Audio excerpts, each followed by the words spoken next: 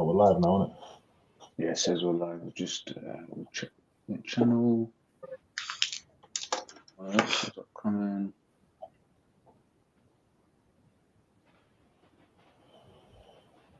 Should be up in a second.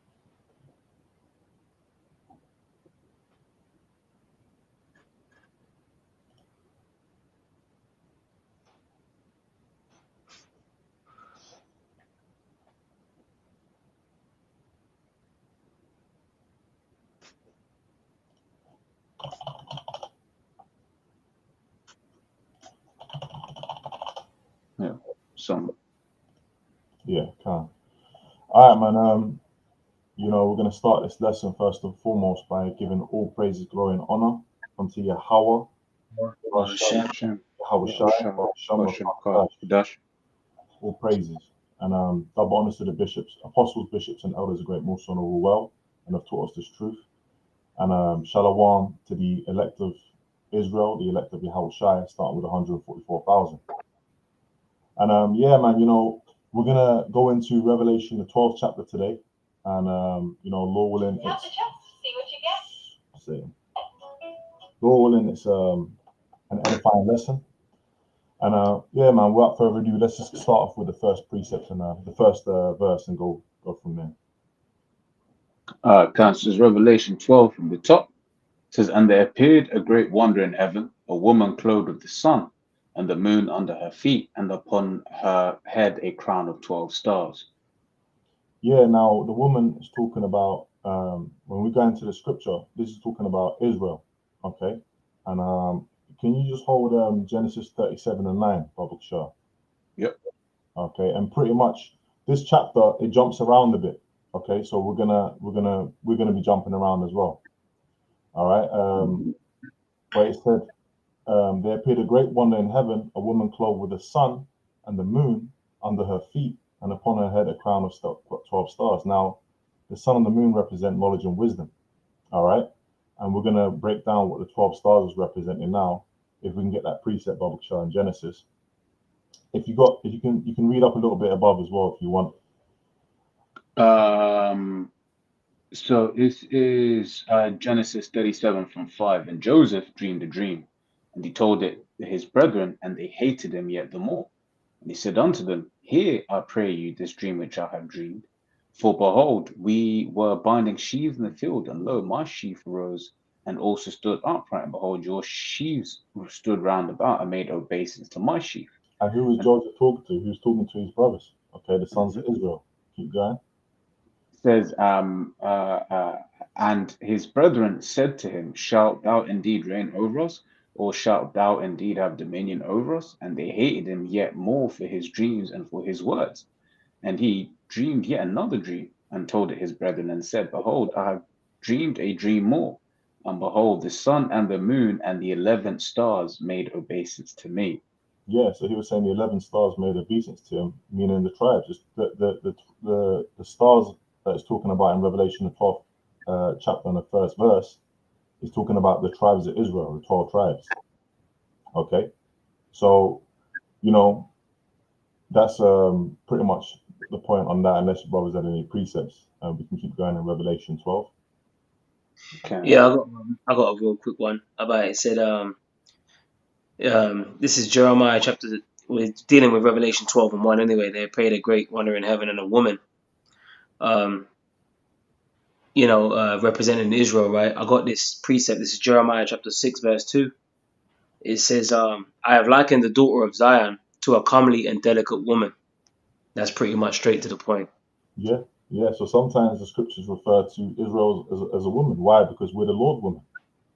Yep. We're the Lord's woman, man.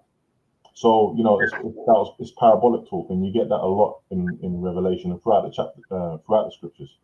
Okay, so that's pretty much what that means. That's a beautiful precept. Yeah. In Revelation, let's see another one. Zion means monument. Goes back to the Hebrew to Zion, which is like a memorial. Like sort of like you would have a trophy. You know what I'm saying? For all your accomplishments, you'd have that's like a memorial of that event. You know what I mean? And that's how the Lord likens, the daughter of Zion unto a comely and delicate woman, so the Lord remembers us, That's it. Yep, Mhm. that's right. So back in Revelation 12:2, it says, and she, being with child cried, travailing in birth, and pained to be delivered. Yeah, so this is talking about Israel now, travailing in birth and pain to be delivered. Pain to be delivered from what? Because at the time we were basically under the Roman Empire, okay, and there was great persecutions that came to our people, okay, great persecutions upon Israel, all right, which we're going to go into this lesson, centering around the period of 66 AD to 70 AD. We always say 70 AD, the sacking of Jerusalem, all right, when the Roman legions came down on us. But that's that pain to be delivered. Now, where's the deliverance going to come from? It's going to come through Yahushua. Okay. Now, could we get Isaiah the 66th chapter and the 7th verse, Baba Shah? I'm right there. Yep. Isaiah 66:7. It says, before she travailed, she brought forth. Before her pain came, she was delivered of a man-child. Yeah, man. So hey, the man child is talking about. So it's talking about Yahushua. The deliverance ultimately, right? Ultimately is going to come through Yahushua. Okay. Mm-hmm. But even when Yahushua was on the scene, he was warning. He was warning. And we're going to read it in Matthew the 24th chapter. We can go into it later. He was warning of what was going to come. Okay, flee into the mountains, etc. All right. So he was even warning the disciples, man. And ultimately, the deliverance is going to come through Yahushua. He came and basically he died for Israel. Okay. Now, can we also get Matthew the 11th chapter and the 12th verse, Baba Kafir? Just on that point of the pain, because hey man, these Romans were, they were coming on harsh, man, in these sieges, upon our people, and that's why you got they call it the diaspora. Yeah, a lot of our people had to flee into all different parts of the earth. Yeah, go ahead, up. This is Matthew 11:12. It says, from the days of John the Baptist until now, the kingdom of heaven suffereth violence, and the violent take it by force. Yeah, man. The kingdom of heaven, which is talking about the Israelites, suffered what? Violence. So they were coming with great violence against us. They were besieging us. Okay. Sending, if you look at for example, if you go to that link I sent you, the first Jewish-Roman war, they call it. Yeah, I'm just trying to, because I've got a few. Yep, the Wikipedia page. Yeah. And if you get down to where it says casualties and losses down the right side, which that ain't even a reflection of the pain that we went through, man. Okay, you had zealots that were fighting, they were revolting. Okay, why? Because of the heavy taxation that was coming down by the Roman Empire. Okay. And that goes into all the history. And you had the Herod that was working hand in hand with the Romans. All right. But there's thousands of Sicarii killed. There was many losses, man. Okay. The sacking of Jerusalem, to the point where our people had to flee all around, into the interiors of Africa, into the interiors of Europe, into Asia, and to this day, they still commemorate that. When you got, for example, I think in France you got one. I'm not sure if you got one in London, but I believe you do. You got the Ark of Titus. The Titus, Vespasian at the time, who was a Caesar, sent Titus. All right, Titus was the main guy who was kind of leading it with his general. What was that Jake's name? Tiberius Alexander. So it was a heavy time in Israel, man. All right, it was a heavy time because you had the tribe of Judah, Benjamin, and Levi there, and there was a lot of casualties. There was a lot of families being destroyed. So it's a heavy time, and to this day, Esau still mocks that. That's what the Ark of Titus was all about: the sacking of the temple, the sieging of Jerusalem. Okay. That's it. Yeah, if we can go back to that to that verse up, Bob Show, unless you had any precepts as well. Can. You want the Matthew or Revelation? Let's just read Matthew again. Can. This is Matthew 11 and 12. It says, and from the days of John the Baptist until now, the kingdom of heaven suffereth violence, and the violent take it by force. Yeah, so the violent take it by force, man. So they came with their forces, they came with their armies, and there's different accounts of that in the scriptures, and pretty much that was what was going on at that time. All right, and like I said in Matthew the 24th chapter, Yahushua warned us of these things. All right, and the same people that were in rule at that time are the same people that's in rulership now, the Edomites. Mm-hmm. Okay, the Romans back then, they were the Edomites. Now eventually you had Jake start coming up in there, because you had an Israelite Caesar, which was Nerva in 96 AD, who eventually got up into power. But around that time, Vespasian, that was Edomites, you know, which is the devil and Satan, man. That's the arch enemy. That's the wicked. All right, and that's the same people ruling today. It's still the same enemy. But yeah, we had the precepts. We can go back to Revelation. Okay. It says Revelation 12 and 3 says, and there appeared another. Oops, Salaki, bro. No, I was just gonna say, I've got a quick precept because it's the violent take it by force. I don't know what Satan's doing with his camera, but it turned it off for a minute. But yeah, the violent take it by force, right? And you was talking about the Edomites arc, you know. So I just want to read Psalm 73 and verse 3. For I was envious at the foolish when I saw the prosperity of the wicked, for there were no bands in their death, but their strength is firm. And we know the wicked to be, you know, the Edomites, you know, because since you mentioned Esau, all right, and this is going to the nature of the Edomites, and this is what they're about. You know, when you go into Malachi 1 and 4, it tells you that Esau, Edom, they're known as the borders of wickedness. Mm-hmm. You know, and it says, and there are no bands in their death, but their strength is firm. They are not in trouble as other men, neither are they plagued like other men. Therefore, this is the point. Therefore, pride compasseth about them as a chain, and violence covereth them as a garment. You know? Yeah. So just going into the nature of Esau and how he's a violent man, you know? And they ain't no different to how violent, or Jake's about to see how violent they're going to get in this time, you know, and how they're sharpening that sword. Mm. You know? You put like 70 AD was the creme de la creme. You wait and see what they're going to do in this time, where they got like, you know, drones and all this technology, and when they go to push the, you know, put the icing or the cherry on the top with the MOTB, you know, they're gonna go all out. Remember, the scripture says that they shall be like madmen, sparing none. You know. Yeah. Mm-hmm. I have a quick precept. Okay. Genesis chapter 27, verse 40. Actually, I'll start from 39. And this is the blessing that the Edomites, that Esau got. And Isaac his father answered and said unto him, Behold, thy dwelling shall be the fatness of the earth, and of the dew of heaven from above. And by thy sword shalt thou live, and shalt serve thy brother. And it shall come to pass, when thou shalt have the dominion, that thou shalt break his yoke from off thy neck. So what was the main blessing that Esau received? He received the sword. By thy sword shalt thou live, man. Okay. You know? That's right. That by killing, by maiming, by, you know, and look at his technologies today. The brother Carl mentioned they're going to come even heavier. You know, all right. You know, which makes you think of Revelation 12 and 12. They're going to come even heavier, and they got their military, man. They got their technology.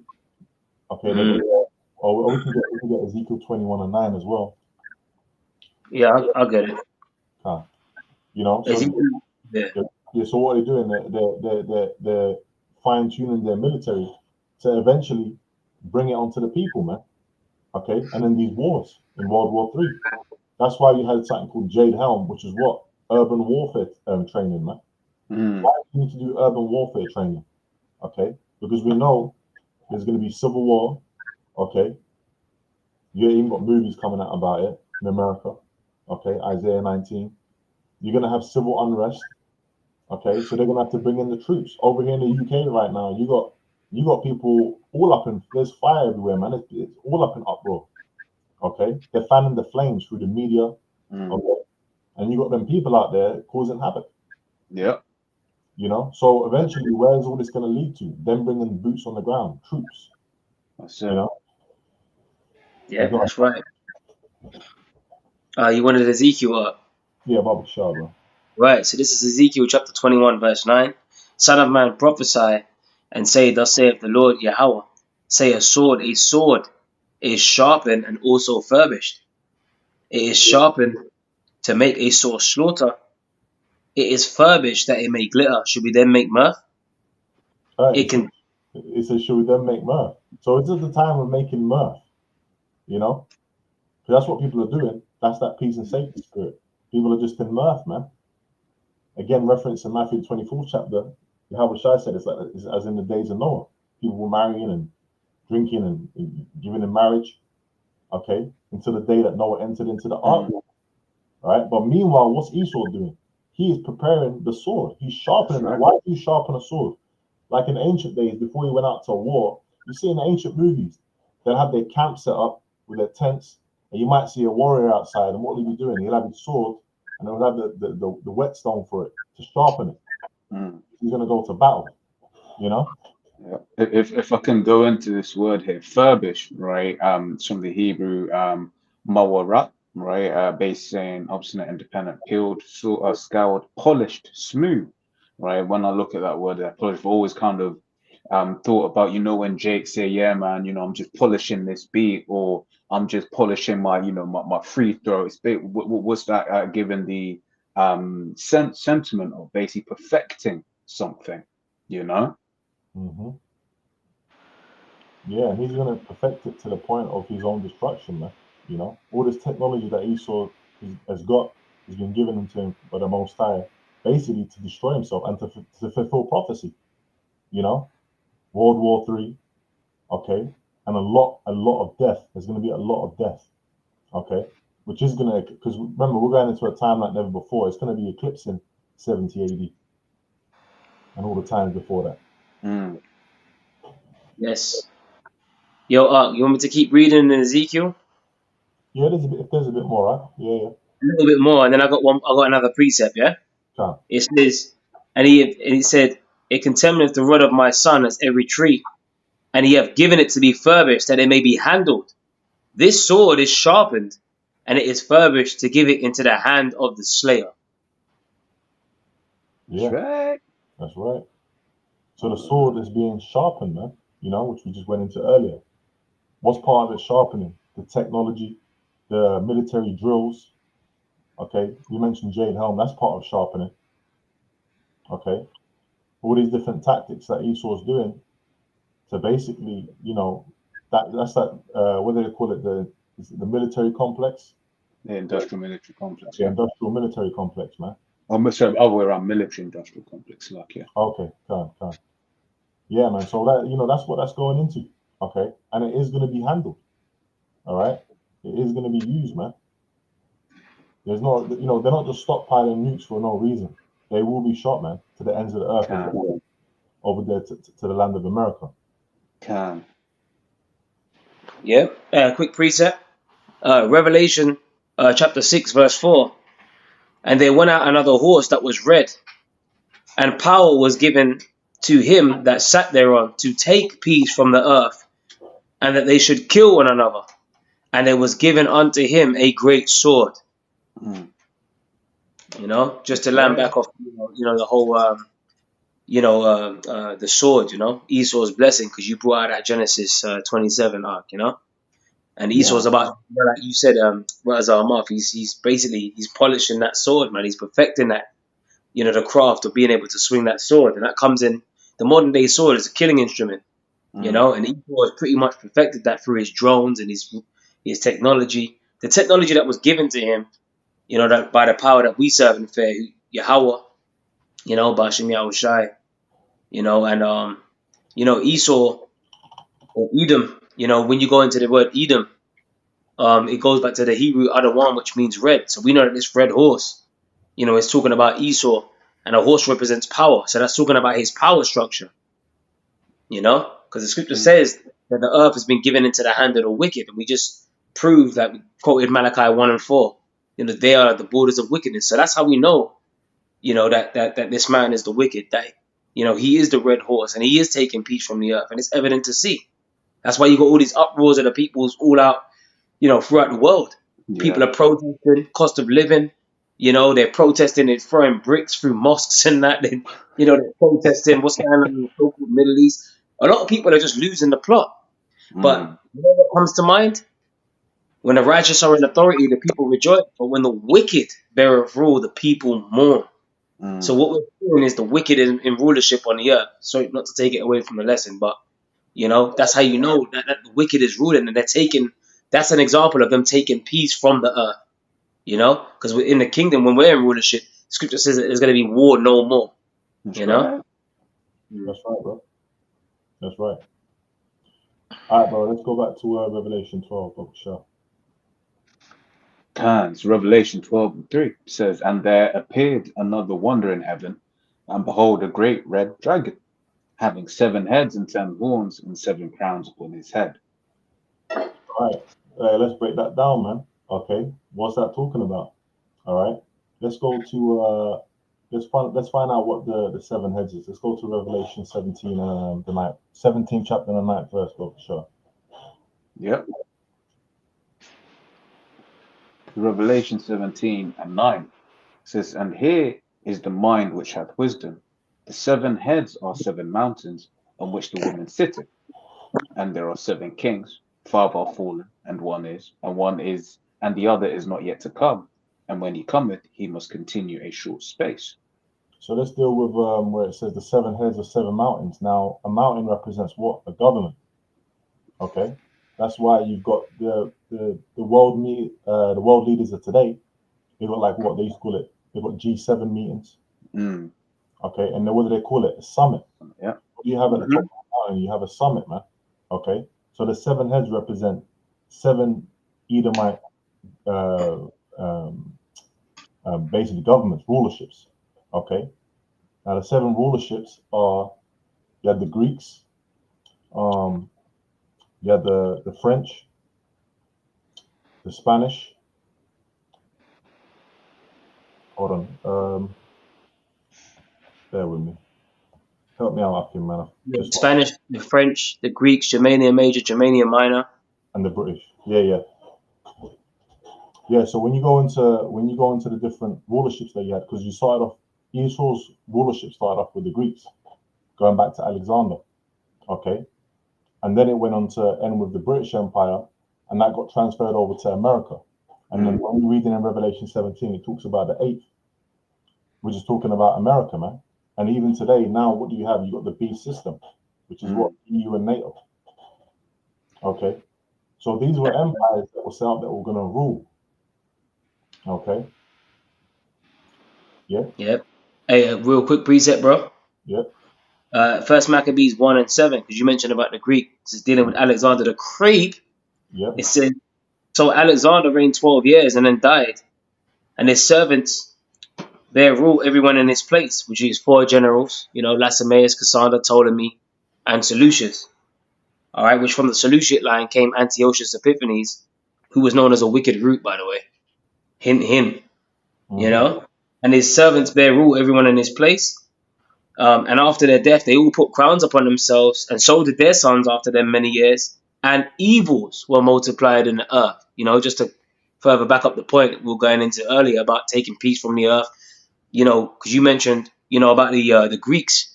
You know, it really started with the Greeks with them and their power structure on the earth. Yep. You know, Yeah. and that's how you know that they're the wicked, because why was evils multiplied in the earth? Precept for that is when the wicked are multiplied, transgression increaseth. You know? Yep. That's right. Yep. If we can just go back to Revelation, bro. Just to that verse 3 again. 12:3 again. Yeah. So we know who the 7 heads are now. Yeah. Right. Now the 10 horns is talking about the EU. Okay. If you can go to that link that I sent you, Robert Shaw, on the green papers, bro. Yeah. So we can find out who the 10 horns are. right? Now, if you scroll down to it's got like a little table, right? Membership in the EEC, the common market, Okay, that's why I wasn't misbehaving, man. right? And it will say original EU member states on the left. So let's see who they are. You got Belgium, Denmark, France, Germany, Greece, Italy, Luxembourg, the Netherlands. Now, Portugal and Spain together are one. Okay, United Kingdom and Ireland together are one, and that makes 10. And what these modern EU nations go back to is their ancient names, which I sent you the other link for that, bro, as well. Yeah. Touch on that, so we can find out their ancient names as well. So that's what the names is talking about. Okay, so it's got 12 there, but the UK and Ireland are one, and Portugal and Spain are one. That makes up 10. Okay. If I can say as well as the thing that I've always found interesting, spiritual is I believe Norway was also supposed to be one of the members, but then obviously that wasn't in prophecy, so then they actually ended up rejecting it, because they weren't supposed to have been there in the first place. Okay. Yeah, because it's all prophecy, man. This is the prophecy that we're going into. But yeah, brother, Shad, you can bring up that other link, brother. So I'm just looking. Is it the one on the blue? The Great Empire, yeah, the blue. Yeah. Cool. It just goes into the ancient names, Right, let's just read that bit at the top there. Yeah. At the top, yeah. Yeah. It says. Oh, yeah, go ahead, Rod. Go ahead. As in, so from this bit? Yeah, just that bit there. To the 2 lines there. Shit, what's going on? Why is it moving around? It says, okay, so what's going on? It says, we have now described the origin, traced the course, and marked the establishment of the 10 kingdoms that arose upon the destruction of the Western Empire of Rome.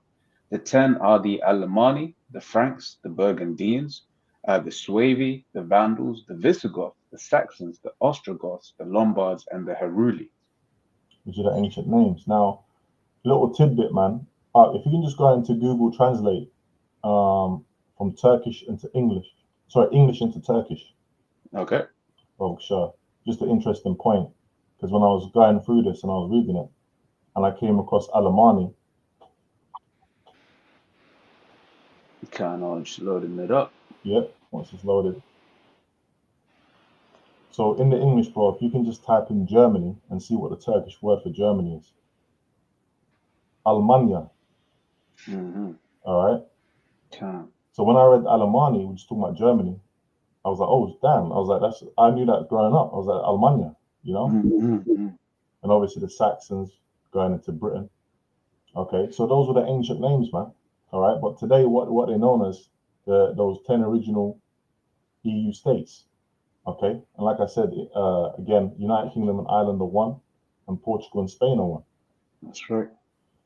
All right, so now we have understanding of Revelation, the 12th chapter and the 3rd verse. So we know that it's not talking about that red dragon ain't talking about no mystical. Why was it red? It's Edomite nations. Okay, it ain't talking about no mystical. Because if you go back to Revelation 12, I think even in the heading, it mentions Satan, the red dragon Satan, which really, it's Edomite. So yeah, they are. But people, if you go to, if you just jump down to verse, I think it's at 7, quickly, double sure. Yeah, this is Revelation 12 and 7. And there was war in heaven. Michael and his angels fought against the dragon, and the dragon fought and his angels. So that now we got some understanding on that. There's some context, man. Okay, so it's Esau. Esau's coming up against Michael and his angels because Yahushua is going to come back with Michael. All right. Quick precept on that is let me get that in Daniel 12th chapter, so that we know that that's talking about the end times. That's not, there was a fight between the devil and Michael the archangel, and then he fell from grace and nah, that's not what that's talking about, man. Okay, we know through the scriptures, we know through Job that Satan, the spiritual demon Satan, works for the Most High. Okay, and he's doing his bidding. There was no transgression, no revolt, rebellion in heaven, none of that. Okay, you can't rebel against Yahweh like that, man. Okay, the angels are perfectly aligned. They're in order. Yeah, so that's what that's talking about. Yeah, go ahead. Go ahead. It's the deceived and the deceiver it is. That's right. Yeah. I've got a quick one on that one. This is Sirach 18:3, who governeth the world with the palm of his hand, and all things obey his will. For he is the king of all, by his power dividing holy things among them from profane. That's the point. All things obey his will. So there ain't nothing that can basically go against the will of the Heavenly Father. Yep. That's right, man. So now we've got a bit of understanding on that, okay? All right. Yeah, unless we've got anything, you can keep reading that unless brother has any precept. Okay. It says Revelation 12:4. It says, and his tail drew the third part of the stars of heaven. Now, the And first part of the stars of heaven is talking about Judah, Benjamin, and Levi, which predominantly was the main tribes that made up the kingdom of Judah, okay, that were there at that time. Now, obviously, you had different tribes, a scattering of different tribes amongst them. Okay, we know that through, different various scriptures. Like, for example, you had the Asherite woman that mentions in the scriptures. So you had different tribes there, but the main tribes that made up kingdom of Judah was Judah, Benjamin, and Levi. shit. Okay, so that's what it's talking about. His tail drew the third part of the stars of heaven. So they were coming up against that kingdom. They were coming up against that establishment. Okay, the Romans. Keep going on. Yep. Verse 5. And she brought forth a man-child who was to rule all nations with a rod of iron, and her child was caught up unto the Most High and to his throne. Can you keep reading forward, sure? That's let me read 4 again. It says, Revelation 12:4. It says, and his tail drew the third part of the stars of heaven, and did cast them to earth. And the dragon stood before the woman which was ready to be delivered, for to devour her child as soon as it was born. Yeah, now obviously we're going into Rome persecuting us, okay, in that time. But also I've heard the apostles go into it where it's also talking about what Herod was trying to do with Yahushua. Yeah. Okay, because as soon as Yahushua was meant to be born, Herod was trying to get him killed. That's in can we get that account up, Baba Shah? Yeah. 2 years old and under. Yeah, it says Matthew 2. Let me see where to start from.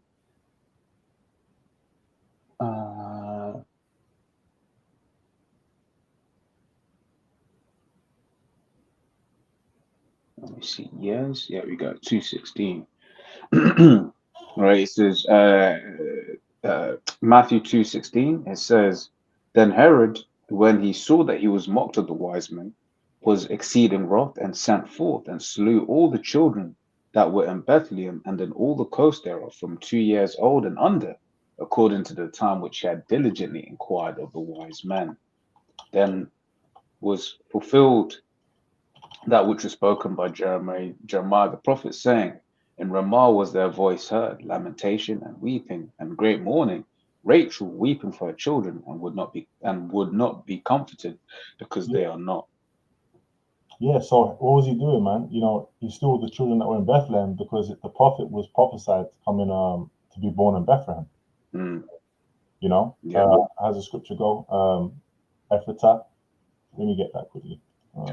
And whilst you're looking at that, if I can say real quick, right, you have our people that think this Edomite has changed, right? This is the same Edomite, right? That's in rulership right now. Here it is, who's trying to go for our Lord Yahushua, and then he just murked off all like children 2 years and younger, right? Just because he wanted to. But once again, people think that the nature of this Edomite has changed, right? This is the same devil. You saw it with Antiochus, right? When and how basically he dealt with the the Israelites, who wanted to keep the laws. You saw it here. You see it here with Herod. Right, that's what the scripture says in what Jeremiah 13:23. Can the Ethiopian change his skin, or the leopard his spots? Then may you do good that are accustomed to do wickedly.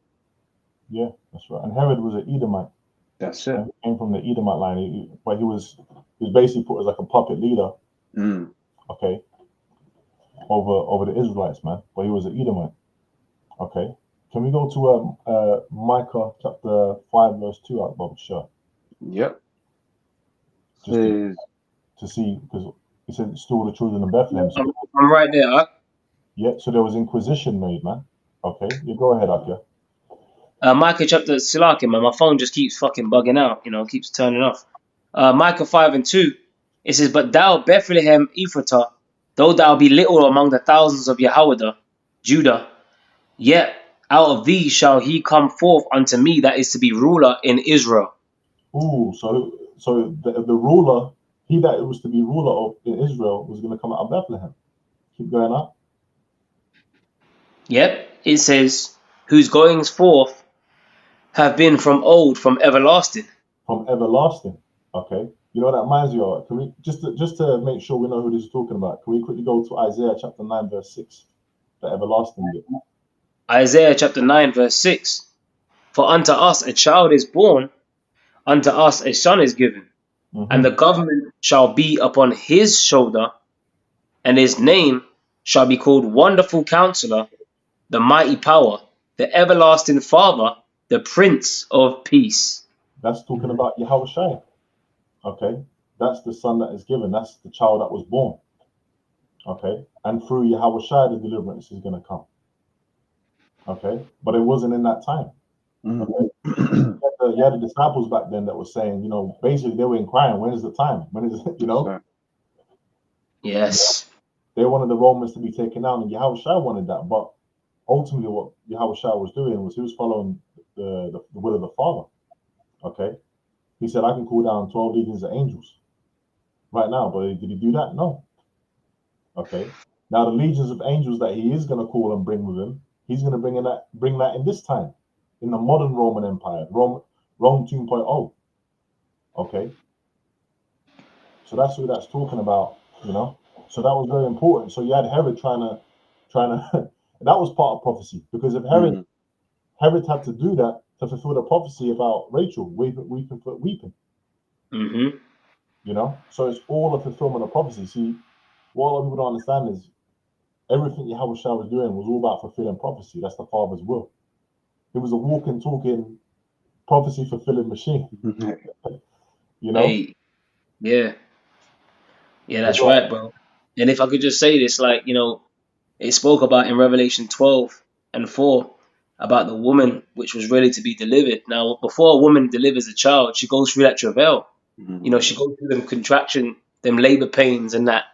And that's pretty much likened onto the hell that we're going through now. And when that child is delivered, that's basically the consolation, which Yahushua is the consolation. Because ultimately Yahushua is going to bring us that peace. One of his titles of Yahushua, we just read it in Isaiah, is the Prince of Peace. That's right. That's how you know that Esau is not, hold on a minute, this ain't the kingdom, because hold on a minute, there's nothing but peace taken from the earth. Yahushua is coming to bring peace to the earth. That's why we mentioned earlier that there's going to be war no more. So that's a perfect precept because it lines up. Now I got a quick precept in Luke the 2nd chapter, and verse 25, and this is dealing with Simeon. If you know about the name Simeon, it's like a nomen omen. It goes back to herd or affliction herd. When you had Leah, she was granted another son, and she said, "Oh, the Lord have heard me." You know what I mean? Shammai one in the Hebrew. And so she called her son Simeon. So this man, it says Luke chapter 2 verse 25. It says, "And behold," so this is a nomen omen. "There was a man in Jerusalem whose name was Simeon, and the same man was just and devout, waiting for the consolation of Israel." Right? That's that ruler, him to be the governor in Israel, right? The consolation of Israel, and the Holy Spirit was upon him. And it was revealed unto him by the Holy Spirit that he should not see death before he had seen the Lord Yahushua HaMashiach, letting you know what the consolation of Israel is. Now, when you go into the word consolation, I was going to say, yeah. Yeah, you're going to go, yeah, it's the spirit. Right? The word consolation in the Greek is paraklesis. And it says a calling near, a summons, It says for help. You know. So hold on a minute. To be consoled, that's like comfort. Mm. Like help, right? Yeah. It says supplication, entreaty, exhortation, and admonition and encouragement. And what does Acts 14 and 22 say? Confirming the souls of the disciples and exhorting them to continue in the faith, and that we through much tribulation, right, them labor pains, Mm. you know, enter into the kingdom. And that's that consolation, which Yahweh Shai is going to give us that help, That's right. Yeah. Because the next one's is like consolation and comfort, right? And then it goes in the next bit there. It says they say messianic salvation. Messiah, they call Yahushua the consoler, the comforter, right? And that's that word. It's beautiful. Yeah, and you had a character that was calling himself the Comforter. Oh, He's in the man. spirit world now, comfy. But the true Comforter is Yahweh Shai. Mm-hmm. That's when the scriptures talk about the Comforter. That's what he was talking about. Right. Yep. Hey, real quick, I got a precept, Ark, if I may. Yeah, go ahead, Up. Just going back to Isaiah 66, and we read verse 7, but there's more. In verse 8 on down, it says, in fact, let me start back in verse 7 again. It says, before she travailed, she brought forth. Before her pain came, she was delivered of a man-child. So just going back, delivered of that man-child is talking about Yahweh Shai, man. Who have heard such a thing, who have seen such things? Shall the earth be made to bring forth in one day, or shall a nation be born at once? And the answer is no. For as soon as Zion travailed, she brought forth her children, right? Which ultimately, Yahweh Shai is going to restore peace to the children of Israel. It says, shall I bring to the birth and not cause to bring forth, saith the Lord Yahweh? Shall I cause to bring forth and shut the womb, saith thy power? And the Lord is not going to shut the womb. The Lord is opening that womb, because obviously that deliverance represents what? Yahweh Shai being the consolation or the consoler to bring that peace. Because look at her, when a woman, she be going through all this panic, but then as soon as the child is born, the smiles come, and she's looking at the baby, swaddling it, and straight up on the breast. And guess what? Nothing but milk. And that reminds me of what? A land flowing with milk and honey, baby. And that's what we going back to, being suckled off that breast. Okay, and it starts with an understanding of the word. The kingdom is being built now. The kingdom is within us, right? So it says, verse 10, rejoice ye with Jerusalem, and be glad with her, all ye that love her. Rejoice for joy with her, all ye that mourn for her. And we're going through that state of mourning right now. The scriptures speak about the sighing and the crying for all the abominations that are done in the midst thereof. It says that ye may suck and be satisfied with the breast of her consolations, that ye may milk out and be delighted with the abundance of her glory. And how do we get that? Through this word, the comforter, And ultimately, Yahweh Shai is the word. And the word is likened unto what? Milk. Right? The scriptures speak about desiring the sincere milk of the word that ye may grow thereby, which the word is Yahweh Shai. He is our consoler. So we're longing for the deliverance, It says, for thus saith the Lord Yahweh, Ba'ashem Yahweh Shai, behold, I will extend peace unto her like a river, and the glory of the Gentiles, the Israelite foreigners, like a flowing stream. Then shall ye suck, and ye shall be borne upon her sides, and be dandled upon her knees. Because we're gonna be spoilt, man. Like the scriptures speak about, like out of the Lord's right hand are pleasures forevermore. But that's when the consolation, Yahweh Shai, right, comes and delivers us. So I just wanted to go into that point as well, Yeah, beautiful, bro. Beautiful.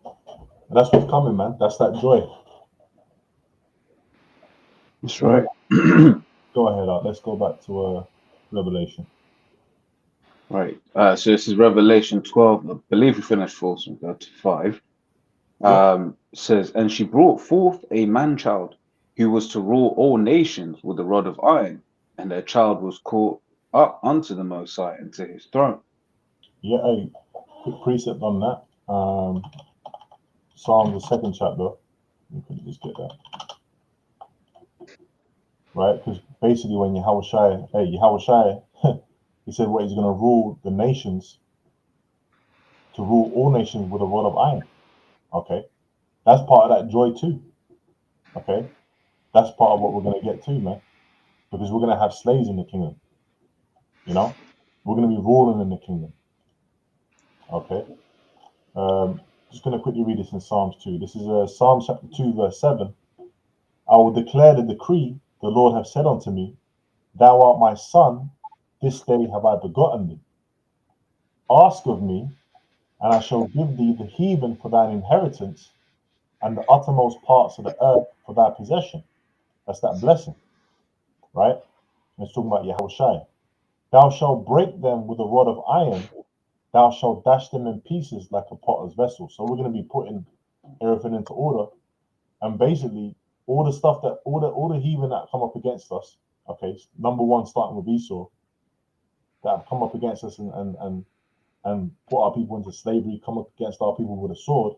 Well, the scriptures tell us what happens with that, man. He that leadeth into captivity shall what? Go into captivity. Sure. You know, he that killeth with the sword must be killed with the sword. Here is the patience of who? The saints. Okay? And the saints are the Israelites. Psalms, the 50th chapter, the 5th verse. Okay? So yeah, man, hey, Yahushua, that represents deliverance, man. We want to be taken, we want to be taken out of this place.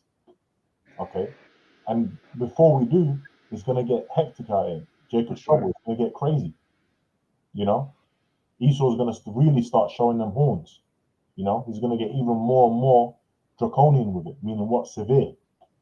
Okay? And you can see that in his legislation. You can see that in the things that he's pushing in the society. You know? Because we know that the elites, they rule through what? Order ab chaos. They bring their order through what? Chaos. So they control it. What's it called? The Hegelian dialectic. Yeah. Pressure from above, pressure from below, to get what? To get what they want out of That's it. it. New world order. That's it. Yeah. You Go on, You go, brother. No, I was just gonna say, Keir Starmer, he just set up you put in the chat.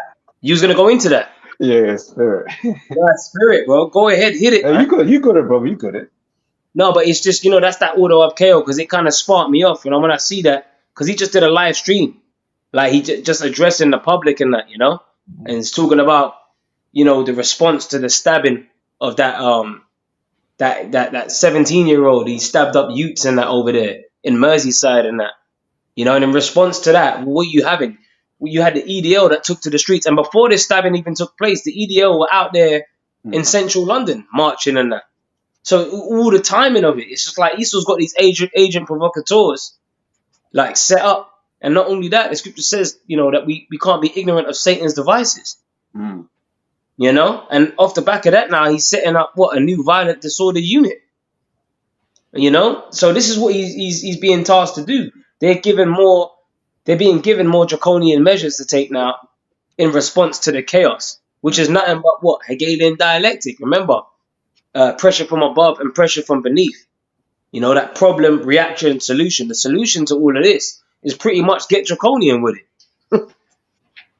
And ultimately it's going to lead to that chip, the mark of the beast. That's right. Yeah, we can keep going in Revelation up, unless we've got any precepts. I've got a quick precept.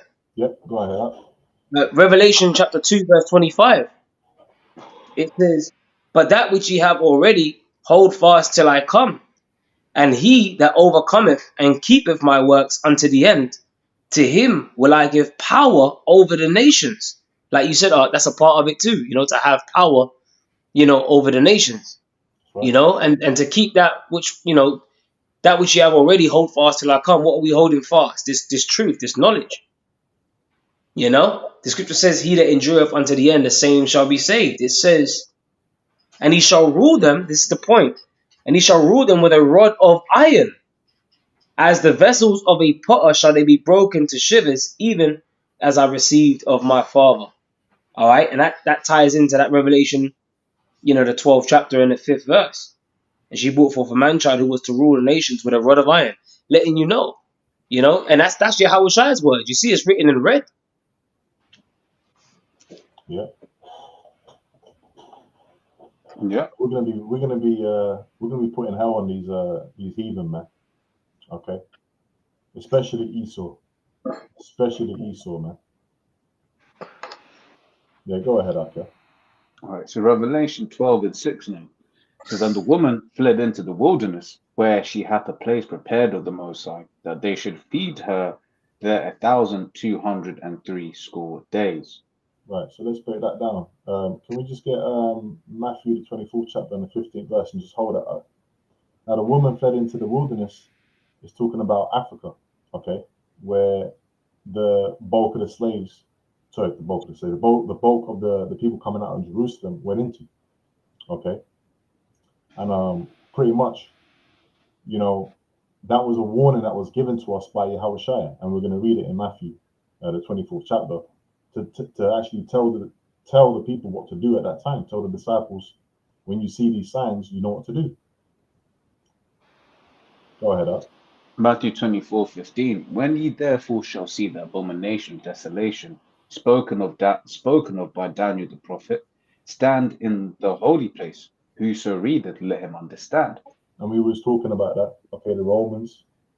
Okay, we was talking about the Ark of Titus. Okay, they went into the temple. They sacked the temple. Okay, that was all part of prophecy, man. All right. So when you see these things happening, 70 AD, the Lord went on to say in verse 16. Go ahead, up. Yep, it says, then let them which be in Judea flee into the mountains. Yeah, man. So that's talking about that time in Rome. Okay, that's what it's talking about.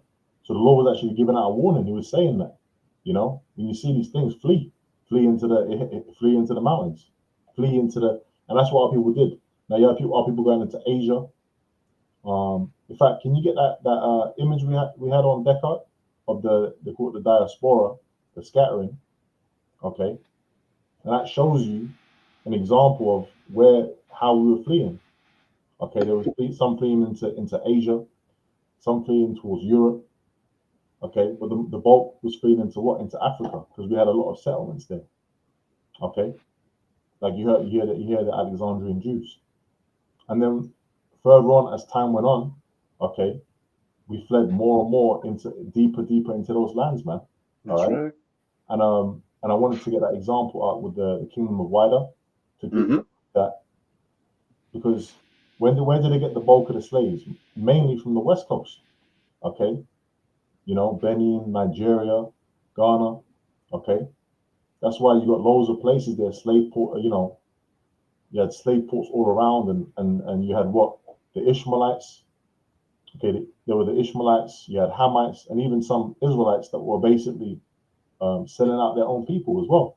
Okay, rounding up Jake and selling them off in droves to be sent over there to America, man, which is the place spoken of in that verse in Revelation. But yeah, if you can just go into it, if you just read that first bit out, Robert Shaw. Right, it says the kingdom of Wida from Wikipedia. It says the kingdom of Wida, known locally as Klexware, Gleu, but also known and spelled in old literatures as Hueda, Wida, Judah, Wida, Wida, Juida, and Judah. And Judah. Yep. And the kingdom. So the kingdom of Judah. Okay, why do they call it the kingdom of Judah? Because you had our people that were in that land, man. That's right. That's a perfect example to prove that. Okay. Yeah, I was going to say, and to back and rather modern examples of this, right, of people leaving one land, moving to another land, and basically renaming those places is America. What you had, York became New York, right, and you got several examples all throughout the Americas of the Brits that left here to go to the Americas and then rename places after where they were from. So we did the same thing. Okay, this is an example of that, right? It was like, we Judah, So we went down. So we gonna call this Judah. Hey, I got something quick. Okay. So this is I got that book, From Babylon to Timbuktu, page 84, Mm. right? And I'm just gonna read a little paragraph of it, just real quick. It says, in the year 65 BC, the Roman armies under General Pompey captured Jerusalem. In 70 AD, General Vespasian and his son Titus put an end to the Jewish state with great slaughter. During the period of the military governors of Palestine, many outrages and atrocities were committed against the residue of the people during the period from Pompey to Julius. It has been estimated that over 1 million Jews fled into Africa, fleeing from Roman persecution and slavery, and the slave markets were full of black Jewish slaves. What Yeah. page did you say that was at? 84, page 84, from Babylon to Timbuktu. Okay. So I'm gonna share it on screen. Is it? Oh, here we go. So it's around there. You can see it there. Yeah, from that year, in the year 65 BC. Yeah, that's it. So, that's let you know about that diaspora, man, the scattering. And it weren't just the interiors that, like, brother was going into in the Posh. Like, they fled up into Asia Minor, all different parts of the world, man. Fleeing from Roman persecution. I mean, essentially running for your life. Yeah. And that shows you, like, how devious, if Esau can do that back then, you had, at that time, there was a siege of Jerusalem back then as well, man. You had people eating their belts, people, committing cannibalism. So remember, the scripture says that there's nothing new under the sun. If that happened then, it's going to happen now, but on a greater scale. Because the time that we're coming to now, Jacob's trouble, is going to be a time like no other since there was a nation, right? So that's why we're doing this, because ultimately we want to be protected in that time, That's right. That's right. And it's got a precept there. I'll just quickly read it. And the Lord shall scatter thee among all people, from the one end of the earth even unto the other. And there thou shalt serve other gods, which neither thou nor thy fathers have known, even wood and stone. That's in Deuteronomy 28 chapter. The curses, man. Showing who we are. Okay? Showing who we are. And that's exactly what was happening. Okay? We were in these different lands, basically worshipping other gods. Okay? Falling away from the worship of Yahweh Shemel Shai. Yeah, and that's why Vocab, he can't understand that, because he said there's a Bible. When he came up to the UK and that, and he said to one of them guys, "Oh, does the Bible instruct you to identify the curses, to say that you're the Israelite?" Well, that is in the scriptures. First of all, the scripture says it's going to be upon us for a sign and for a wonder. And you just read one of the curses. That's Deuteronomy 28 and 64. That's right. So is that not an instruction? First of all, the scriptures speak about in Psalms 50 and 16 that Esau, he caused the words of the Most High behind him. What is it? This is an instruction book. Let me quickly get it. Psalms 50 and 16. I don't want to butcher it. It says, "But unto the wicked the Most High saith, what hast thou to do to declare my statutes, or that thou shouldest take my covenant in thy mouth, seeing thou hatest" what? "Instruction, and casteth my words behind me." So, bro, didn't you just read out of the word? Wasn't Deuteronomy 28 and 64 read out of the word of the Most High? That's part of the instructions, man. So there you are. That is an instruction as to who we are as a people. The curses. Yep. Got a quick one. This is Daniel 12 and 10. "Many shall be purified and made white and tried, but the wicked shall do wickedly, and none of the wicked shall understand, but the wise shall understand." So, Vocab, you ain't gonna get it, man. You just ain't gonna get it. He's just an agent, man. That's it. He's just one of many agents who's going to be destroyed, for coming up against this word. And you ain't going to get it, man. You ain't going to get it. Yeah. Yeah, we can go back to that verse, bro, just to break it down further. Back in Revelation 12 and 6. It says, and the woman fled into the wilderness where she had the place prepared of the Most High that they should feed. Now, the place prepared of the Most High is America. Okay, how do we prove that? Let's go to we can get Hosea 1, chapter 1, verse 10. Okay. Sure. It's Hosea 1 and 10. It says, yet the number of the children of Israel shall be as the sand of the sea, which cannot be measured nor numbered. And it shall come to pass that in the place where it was said unto them, ye are not my people. In the place, where it was said unto them, ye are not my people. Where's the place where it's been said unto us that we're not the people? Okay. America, America's where this truth came from. Okay. Like the brother was just saying, because what's vocab? Vocab's whole MO is to say basically, they're not the Jews. Nah, it's just lies. Black Hebrew, black Hebrew Israelites. You don't. He's just he's an enemy. He's just an agent. Okay, that line is where we're getting told you're not. Nah, you ain't the people. We're telling people now we're the Israelites. Okay, you so-called Negroes, you're the Judites. Okay, you so-called Haitians, you're the Levites. Okay, you so-called West Indians, you're the Benjamites. We're telling our people. Okay, you so-called Puerto Ricans, you're the Ephraimites. You so-called Native American Indians, you're the Gadites. We're telling our people, okay, this is the place where people mock and call us by what? Another curse, by the way, which is the bywords.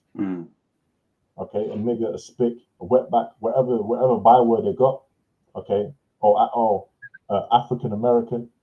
Yeah. Okay, that is not who we are. We're the Israelites, man. And keep reading up here, Robert Shaw. It says, finish up.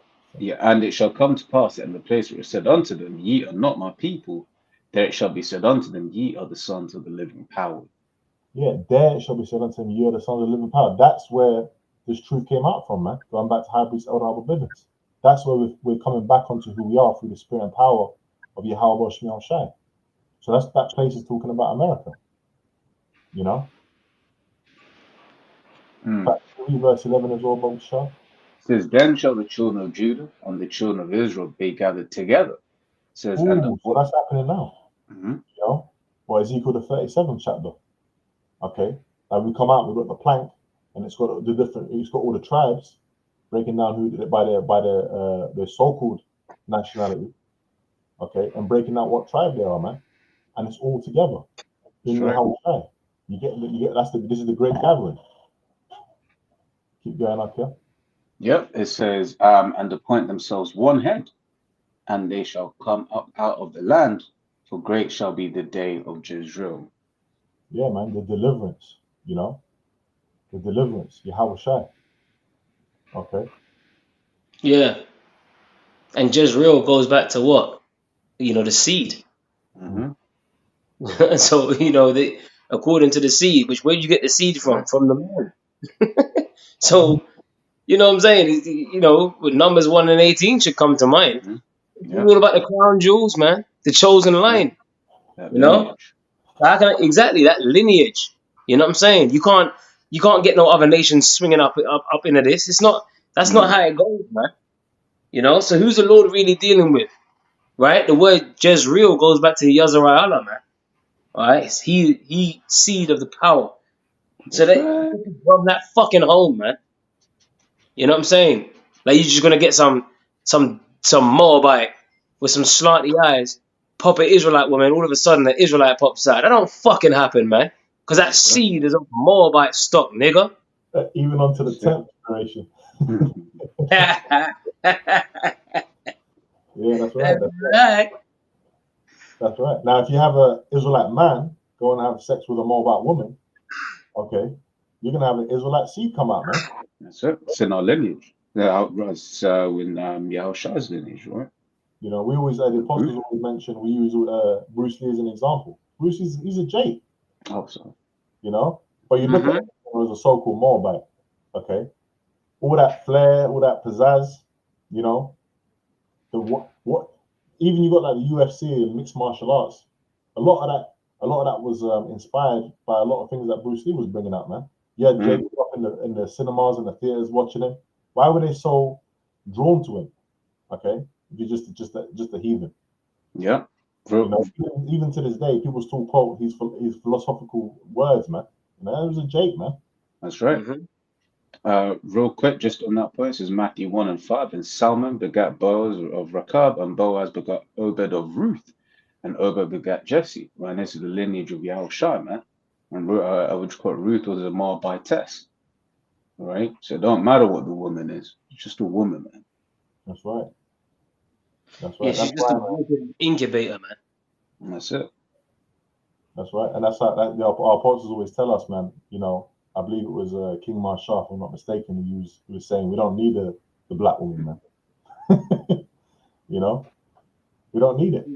No, we don't. We don't. We can bring back the nation. That's it.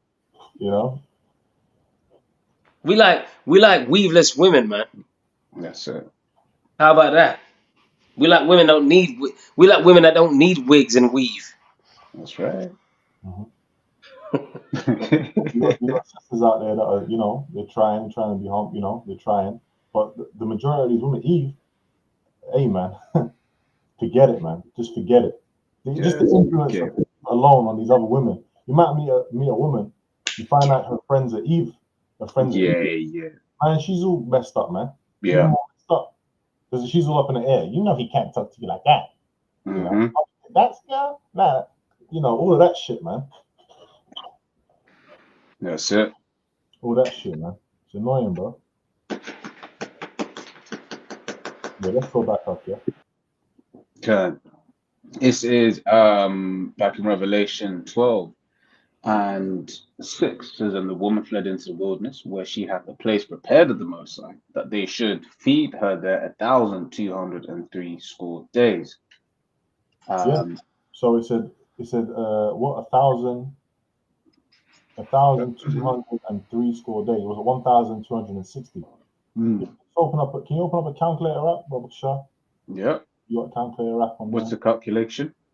Just do 1,260, and then let's divide that by 12. I believe that's 12. Yeah. No, hold on, I did it wrong. Basically, 1,260 days. How many months does that make up? That's what I'm trying to figure out. Right. How many months is 126 days? Yeah, if you just type in how many months is 126 days on Google. Yeah, 42. All right. And 42 months is 3.5 years, man. Okay, which represents 350 years. Talking about what? From 1619 all the way up until 1969. Okay. Now, you had slavery before 1619, but the bulk of the slaves came in. The bulk of our people came in 1619. Plymouth Rock, all of that. Okay. And when you calculate 350 years going on from that, around 1969, that's when High Priest Elder Albert Bivens, who's Elijah, by the way, okay, was on the scene as prophesied, man. Malachi, the 4th chapter. You know, he was teaching this word. All right. So that was a time of us awakening and coming back onto who we are.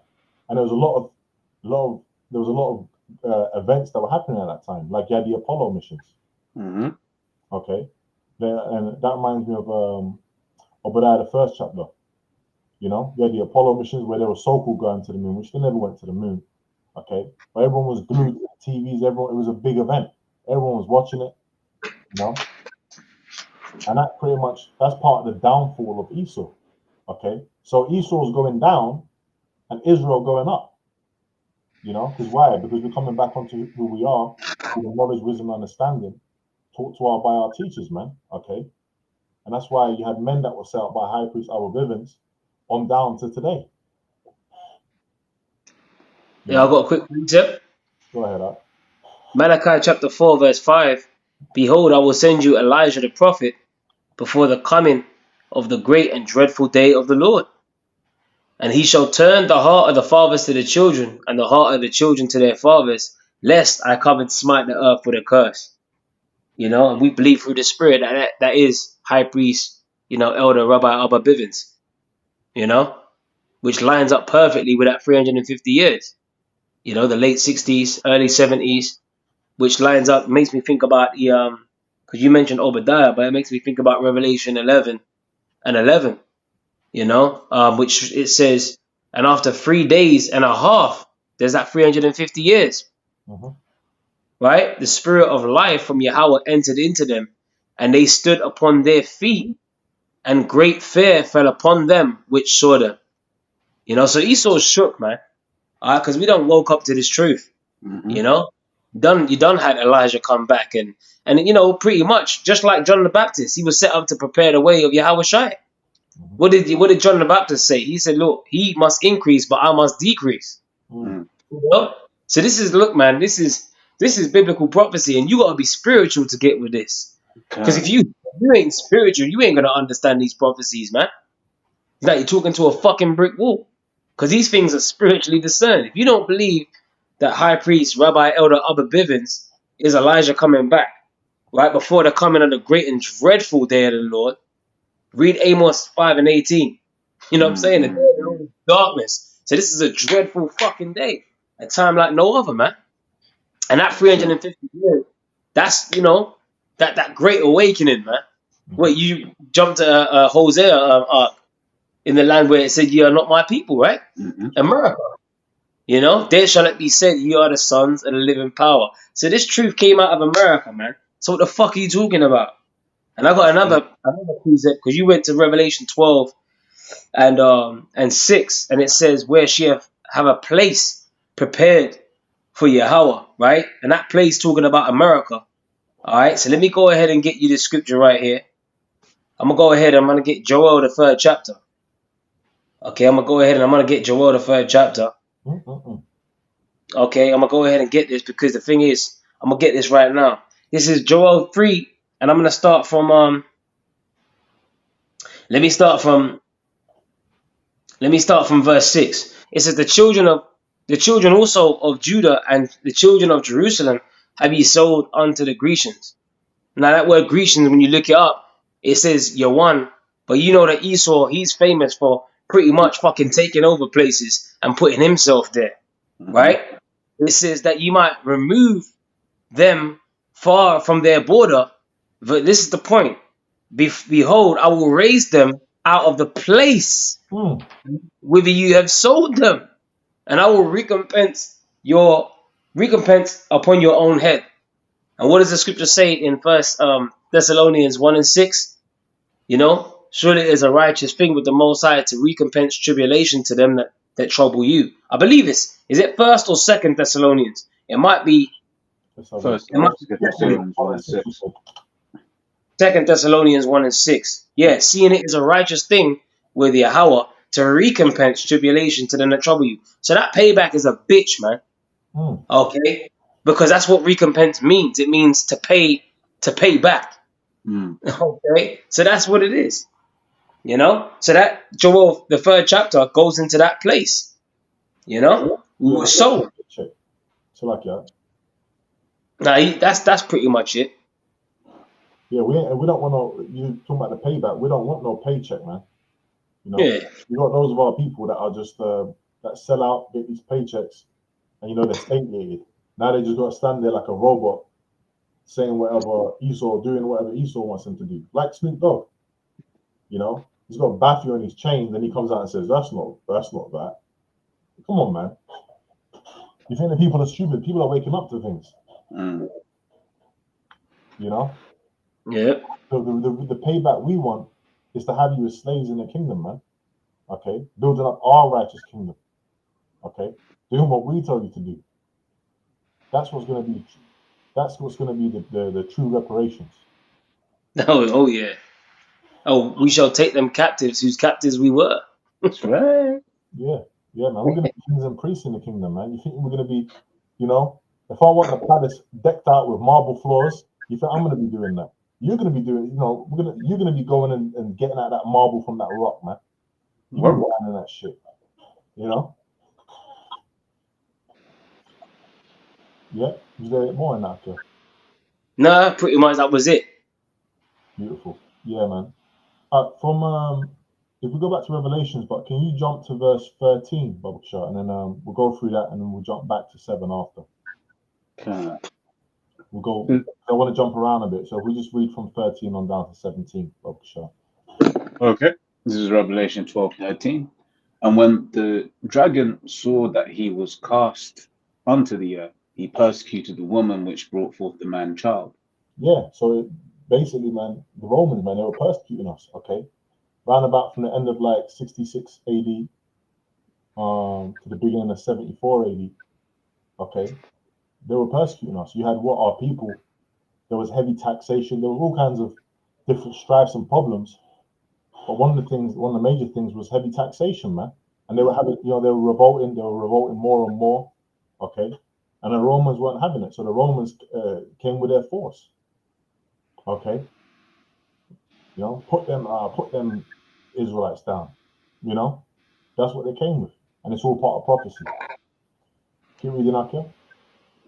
Yeah, it says, and just like it says, yeah, and to the woman were given 2 wings of a great eagle, that she might fly into the wilderness, into her place where she is nourished. So again, the wilderness in a place, Africa and America, okay? He said that unto the woman were given 2 wings of a great eagle, and that represents that great escape, because there was a great escape into these lands away from this Roman persecution. All right, if we can get a precept on that, if we can get Exodus 19 and 4, Baba Shabo, okay, dealing with the great escape, okay, because there was a great slaughter, and then you had the diaspora. You had a lot of our people fleeing into these different lands, man, which is part of prophecy. That was the Lord preserving, okay. Yeah, you can read that, Baba Shah. It says Exodus 19 and 4. Ye have seen what I did unto the Egyptians, and what how I did the Lord do unto the Egyptians? He messed them up, man. Okay, that's why Pharaoh and his armies, drowning in that water, man. Okay, the Lord messed up. He plagued them. Now, who's the modern day Egyptians? Modern day Egyptians is America. Okay, so the Lord's going to do that to the modern day Egyptians. Keep going, bro. Yep, it says, and how I bear you on eagle's wings and brought you unto myself. And that was a great deliverance, okay, from that land, man. Okay, it said, and how I bear you on eagle's wings. So that was representing a great deliverance, and that deliverance, okay, we were also happening in that time of wrong. We were coming out. Now the greatest deliverance is going to be happening in this time. You can get Jeremiah 16, Baba Shah. But that's going to eclipse all the other times before that. Okay. You can get that.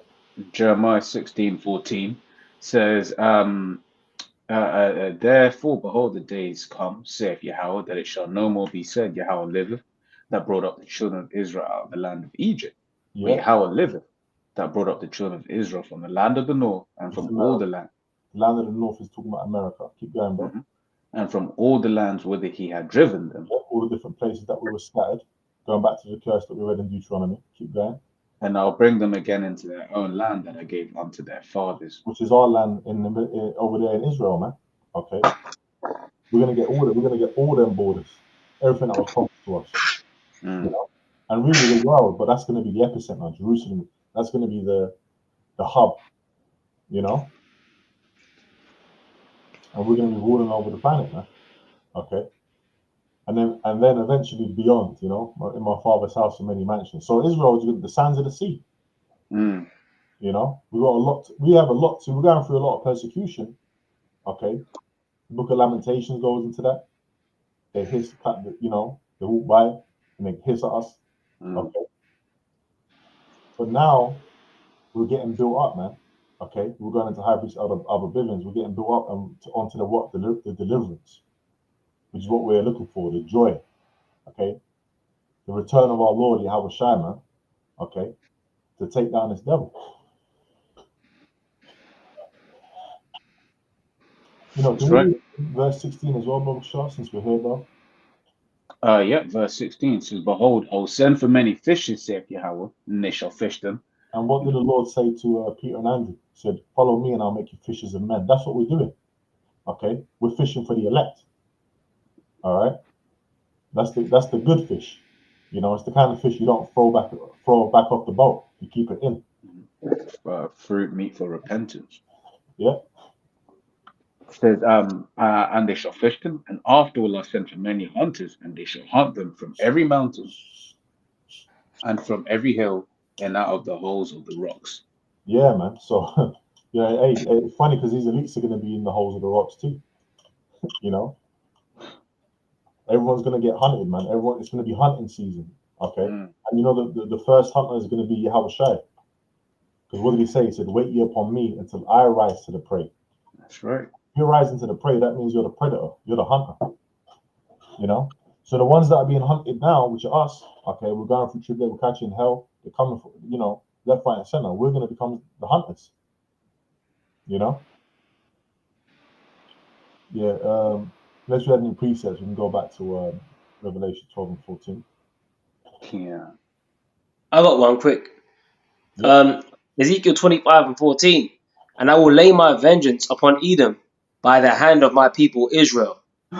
And they shall do in Edom according to mine anger and according to my fury. And they shall know my vengeance, saith the Lord Yahweh power. So the Lord's going to put that anger upon us. You know, he's actually going to turn us up, you know, to pretty much, you know, what to say, for we deal without breaking pieces the nations. The Lord said, thou art that battle axe and weapons of war. That's when that hunting season kicks in, isn't Mm. it? And we get changed, you know, out of these filthy, weak bodies, man. And then we just start, yeah, we're going to be doing more than throwing fucking tanks. Yeah, man. That's right.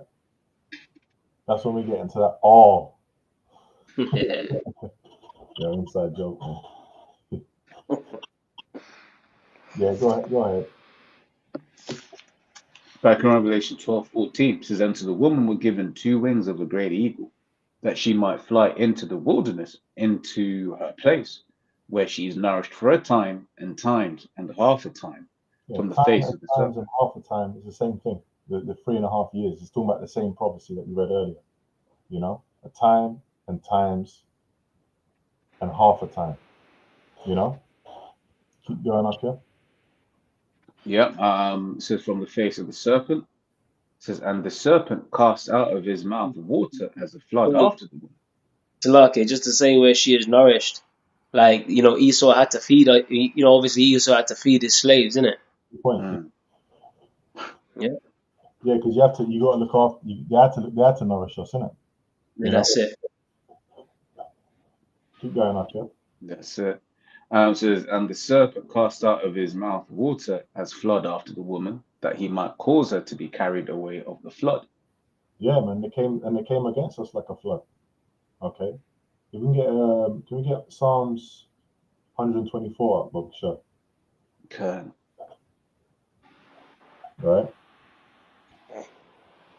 And just, you know, just with on the point about feeding the slaves, like, when you watch, like, that movie, what, Goodbye Uncle Tom, they fed, like, you saw how they fed Jake, man. Mm.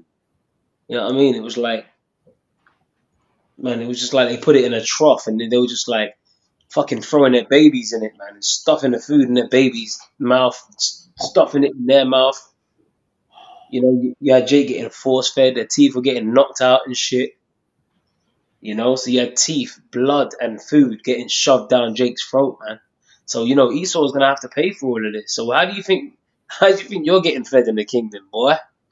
Yeah, I called you boy. You That's know? right.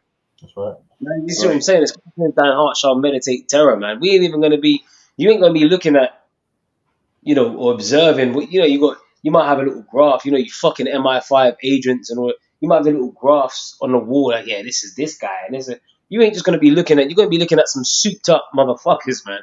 You're gonna That's be right. looking up some souped up Israelites with spiritual power, man. You ain't That's gonna be right. able to fucking shackle us no more. You ain't gonna be able to oppress us no more. The scripture says we're Yep. gonna be like one with dream. The fuck you Yep. gonna do, man? But what can we do with you? You know? That's what you gotta be worried about. Yeah. Yep. Just real quick, So why because did great fear fell upon them? mm, You Yeah. read it earlier. Why did great fear fall upon them? Because they rule by deception, man. Everyone's confused because you don't want them to. If people, you know, they don't want people to know they're the Edomites. There will be anything under the sun but the Edomites, man. That's it. you know. But they know, the elites know, and they know who we are, and that frightens them. Yeah, it's funny. That's why they don't do documentaries on the Edomites. Mm. Yeah, They don't do you got all documentaries on it. They don't do a film on it. You know, but fuck the doc. We don't need it because the prophets are here to tell the world who the Edomites are. How about That's that? it. yeah, All right, real quick. This is Wisdom of Solomon 5:1. Then saw the righteous man stand in great boldness before the face of such as have afflicted him and made no account of his labors. All right, and the top oppressor is who? Esau. You know, made no account of our labors. You know, having us working out in them fields from sun up to sundown, whipping the shit out of us. It says, when they see it, they shall be troubled with terrible fear. Right? So we're in great boldness, man. There's nothing that you can do to stop this truth. You know? You can send out your vocab agent Malones and that, these spies and that, in the camps and that. You can do what you want to do. But you can't come up against the truth. What did Gamaliel say in Acts 5? If the counsel be of men, it will come to naught. But if it be of the Most High, you cannot overthrow it. Lest haply you be found to fight against the Most High. You know? It says, when they see it, they shall be troubled with terrible fear. And shall be amazed at the strangeness of his salvation, so far beyond all that they look for. The other morning, I was sitting on my stairway leading to my garden, and I was just drinking my coffee early morning just to get woken up for the shift. And I saw about 7 chariots fly over my head. And the first one had a stream of it looked like it was shitting out stars, you know, in a line and shit, like a green line, like a green laser beam. And I said, hold on a minute, bro.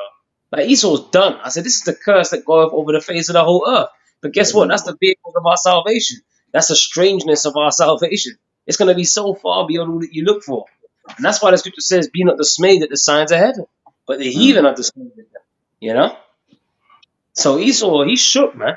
That's why they be doing reports, or 144 reports on the UFOs and that. Yeah, we saw it. The live streams. We saw it, man. That's why they be cutting off the NASA feeds up. You know, and that's why you want them channels. You know, you always got them channels, them chariot watching channels. You know, where they'll be like, and then NASA cut it off. You see that? You see that back there? You know. Oh, sorry. I don't know why I'm thinking of Darbu, but you know, you get them YouTube channels out there, man. Yeah, that's right, bro. That's right.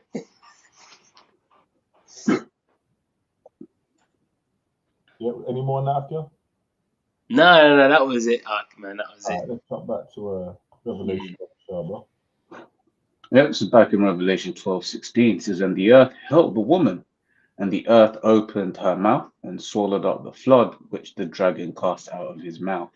Yeah, and how did the earth help the woman? Because why? We went into all the different places away from the persecution, man. Okay, Africa, Europe, Asia.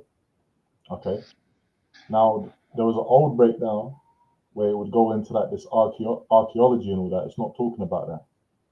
You know, that was like an old breakdown. I was watching Apostle Ramla, one of his videos, saying that's an old breakdown. You know, that's not what it's talking about. You know, just to put it out there. So it's talking about us basically getting away from that Roman persecution, going into different places in the earth, man. You know, keep going, okay. Because once we got out of that Roman, once we got out their influence, they couldn't come for us. You know, that's why we had different kingdoms and things like that. Like we said earlier, we used the kingdom of Wider. You know. Go ahead, Arthur. Yep. So it says, and the earth helped the woman. The earth opened her mouth and swallowed up the flood which the dragon cast out of his mouth. And the dragon was wroth with the woman and went to make war with the remnant of her seed, which keep the commandments of the Most High and have the testimony of Yahushua Mashiach. Yeah, and that was talking about then, and it's talking about now. Okay, that can be applied to now. Who's got the testimony of Yahushua HaMashiach? Okay, so they're going to be coming for us, man. You know, Second Ezra, the 16th chapter. Yeah, I got it. 70th chapter. You can read a little bit of that comes to mind. Yeah. Yep. Hey, can I get a quick precept real quick? Yeah, go ahead, Ad. Yeah, it said about the testimony, right? It's Revelation 19:10. And I fell at his feet to worship him. And he said unto me, See thou do it not. I am thy fellow servant, and of thy brethren that have the testimony of Yahweh. Worship Yahweh. For the testimony of Yahweh is the spirit of prophecy. Beautiful. Yeah, man. I put it out just to land back off, the testimony of Yahweh. Because what is it? It's the spirit of prophecy. And that's what the prophets are doing. They're out here prophesying. So we bear the testimony. And testimony goes back to what? Having what? Testicles. Like being able to testify. The men. The Lord is dealing with the men. So that's what's going on out here. You ain't gonna have these women holding posts going out there at the camp. Yeah, he's on the devil and all that. Nah, bro, that's for the men to do. Mhm. We got the spirit of prophecy. And obviously they're going to come against Jake as a whole, Jacob's trouble. But like the brother mentioned earlier, we gave an example. They got these graphs, MI5 and CIA and all that, NSA. They're going to be coming for the believers, man. They be watching. But hey, we're going to have them powers, man. Yeah. Some of us are going to have to for the testimony, some of us for the witness, some of us are going to get beheaded. That's why even Trump was talking about guillotines and all that. Okay, Trump's he's in the news. Okay, presidential race and all that. Okay, so some of us are going to get beheaded, but the majority of us straight. Hey man, some of us are going to get spiritual power, man. Brothers be having all kinds of dreams over the years. Blasting people with lasers, super speed, and then flying. Come on, man. They had that show on Netflix, Supercell. Where they had all that. Jake were getting these superpowers and all that, man. Okay, you think you're gonna be able to come up against that? Well, who is it? Was it Magneto that said that? About the galaxy. What did he say? He said, Homo sapiens and their guns. That's it, you Homo sapiens and your guns. Hey, wasn't there a Superman movie where they shot a bullet and it went into his eye and it just broke in his eye? The eye's like a tender place. Come on, man. You ain't gonna be able to do shit once the Lord gives us that power, Yep. It's funny because I've looked at that word testimony. It says from the Latin, this is the etymology, it says the Latin testimonium. It says evidence, proof, witness, attestation from testes. Which testes is talking about your testicles, man. And it's just, only men have that. It lets you know that you ain't supposed to have women up, breaking down the scriptures and you know what I'm saying? That's fucking out of order, man. And you know what? I remember that movie that, Scarface. What did he say? All I have is my word and my balls. And I don't break them for nobody. Yeah. So we got this word, man, and that's it. We got the testimony of Yahweh, and they're gonna be coming for us because of that. Whoa, I saw the souls of them that were beheaded for the witness of Yahweh. Yeah, the witness of Yahweh. Not, hey, man, ready to get their head chopped off for it, The Lord's going to put that spirit on his men. Right.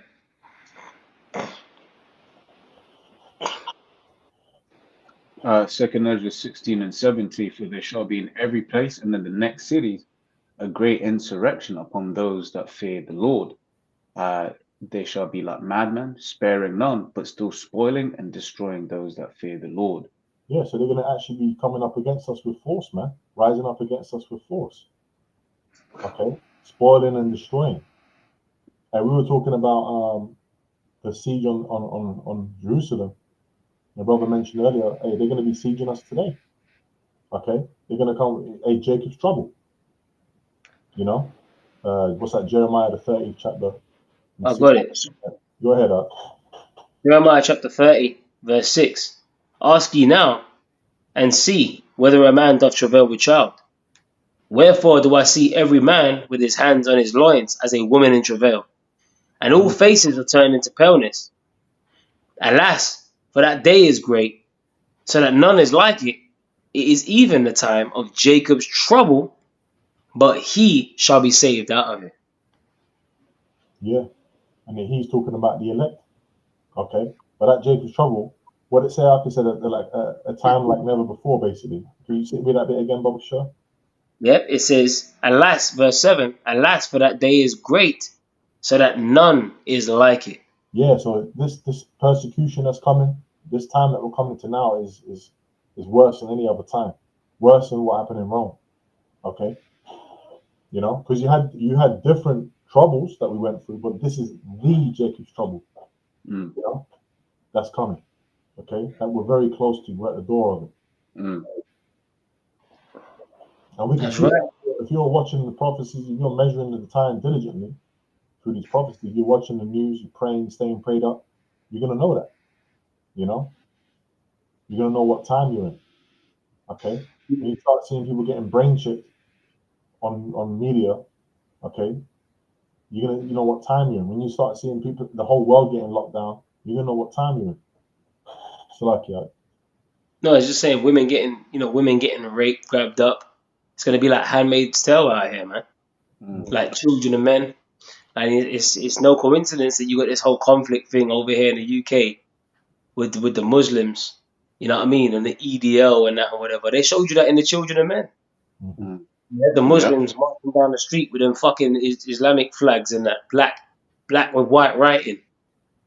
You know, and they keep showing. Well, even in Leave the World Behind, didn't they drop like Islamic writing on them leaflets? Mhm. So they're showing you man, they're stirring up the hatred out here, the opposition. So that shows you that this kingdom is divided. No kingdom divided shall be able to stand. Even the Prime Minister Keir Starmer, he mentioned division as he addressed the nation today. Mm-hmm. You know, so this kingdom is hella divided, man. You got the Republicans, Democrats in America. You got the Labour, the Conservatives over here, and no kingdom divided shall be able to stand, man. You Mm. know, so Esau's going all out for his NWO, and in order to do that, he needs that chaos, and that's that Jacob's trouble, man. You know, it's gonna be like that movie, the end scene from The Knowing, with Nicolas Cage, and everything was on I love fire that and that scene. people were taking each other out. Hey man, we say fucking bring it on, man. That's Mm. right. That's what we fucking say, bro. Bring it the fuck on, because we don't like the scriptures speak about those he that seeketh to save his life shall fucking lose it, man. You know what I'm saying? Even if we got to die for this truth, that's where we're at with this.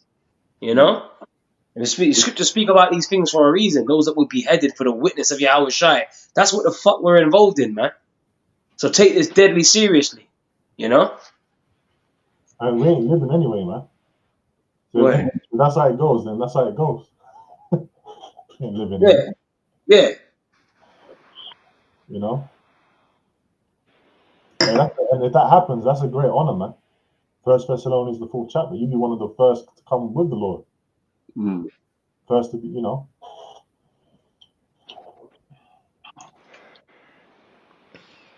Yeah, was it any more than that?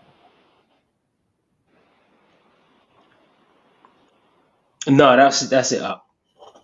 Yeah, let's keep reading up. It says back in Revelation 12:17. So and the dragon was wroth with the woman and went to make war with the remnant of her seed, which keep the commandments of the Most High and have the testimony of Yahweh Shah Mashiach. Yeah, so we went into that. So let's jump from there to verse 7 now.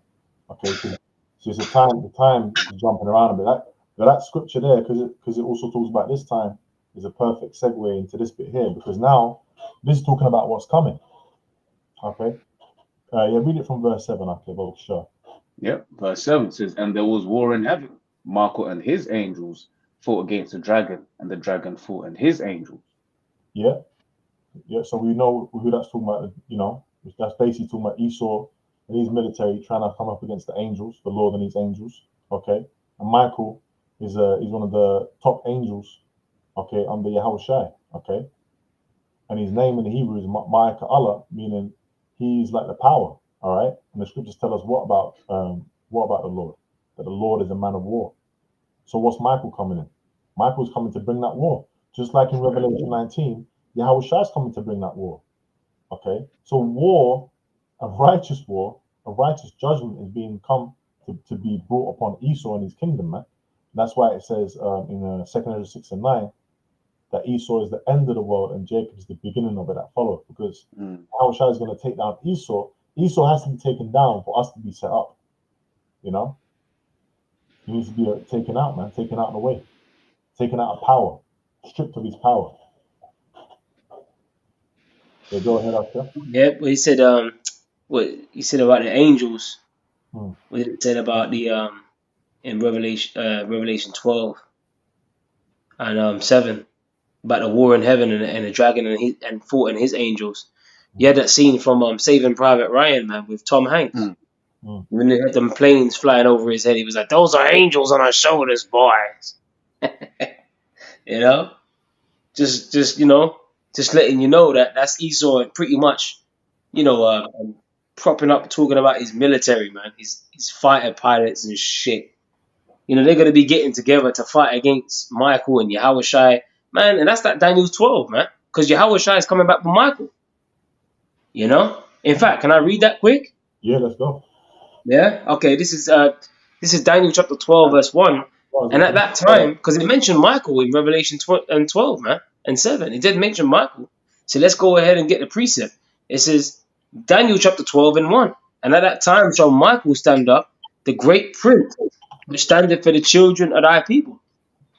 Which the Lord's people, who? The Israelites. Deuteronomy 7 and 6. It says, there shall be a time. It says there shall be a time of trouble. Ooh, there's the time of trouble again, right? There shall be a time of trouble, such as never was since there was a nation, even to that same time. And at that time, thy people shall be delivered, everyone that shall be found written in the book. And that lines up with Jeremiah 30 and 7. But he shall be saved out of it, everyone that shall be found written in the book.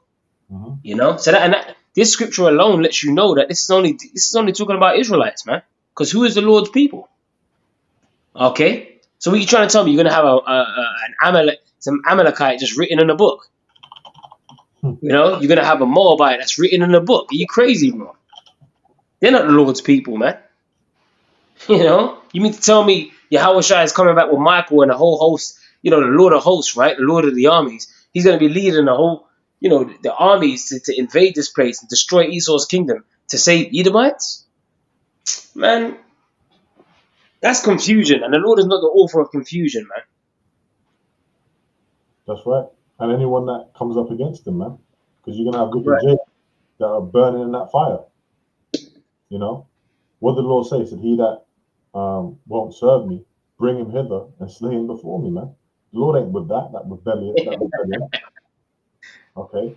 He's only with the elect, the ones that are on his side, that are rooting for his return, man. Hey, to everyone else, how is Shai gonna come like a thief in the night? We're expecting, we're waiting. Yeah. We'll be searching, Hey, hey man, hey, when that day comes, they're chipping people. There's a mandate, everyone needs to get chipped. We know that to us, that's like, oh, Yahushua coming soon, That's exciting. Because that goes into the deliverance, because Yahushua is bringing the deliverance from this place. That's right. Yeah. Any more, Nakia? Nah. All right, let's jump to 2 Ezra 13, bro. Actually, let's read verse 8 first in Revelation 12 and then jump to 2 Ezra 13. Just so we kind of dig a little deeper into that war in heaven, Yeah, it's Revelation 12 and 8. It says, and prevailed not, neither was their place found anymore in heaven. Yeah, so he prevailed not. Now let's go to 2 Ezra 13 quickly and read that to see what Yahushua and the angels are going to do to Esau, man. Trying to come up with these little minions, Yep, this is 2 Ezra 13 from 8. It says, and after this I beheld, and lo, they which were gathered together to subdue him. On the top bubble shell, but just speed through it. Okay. It says, and it came to pass after 7 days I dreamed a dream by night, and lo, there arose a wind from the sea, that it moved all the ways thereof. Yeah. And I Yahushua is going to be coming with them chariots. Go on. And I beheld, and lo, that man waxed strong with the thousands of heaven. And when he turned his countenance to look, all things trembled that were seen under him. And that man is Yahushua coming with the thousands of heaven, which is talking about the angels. Keep going, bro.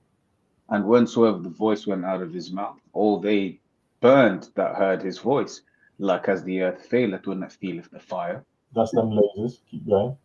And after this I beheld, and lo, there was gathered together a multitude of men out of number from the four winds of the of heaven to subdue the man that came out of the sea. Yeah, so all the remaining armies of Esau, okay, coming together. They showed you that Independence Day. You know, they all got together to try and fight against the aliens. Well, look, man, Yahushua, okay, the King of Kings.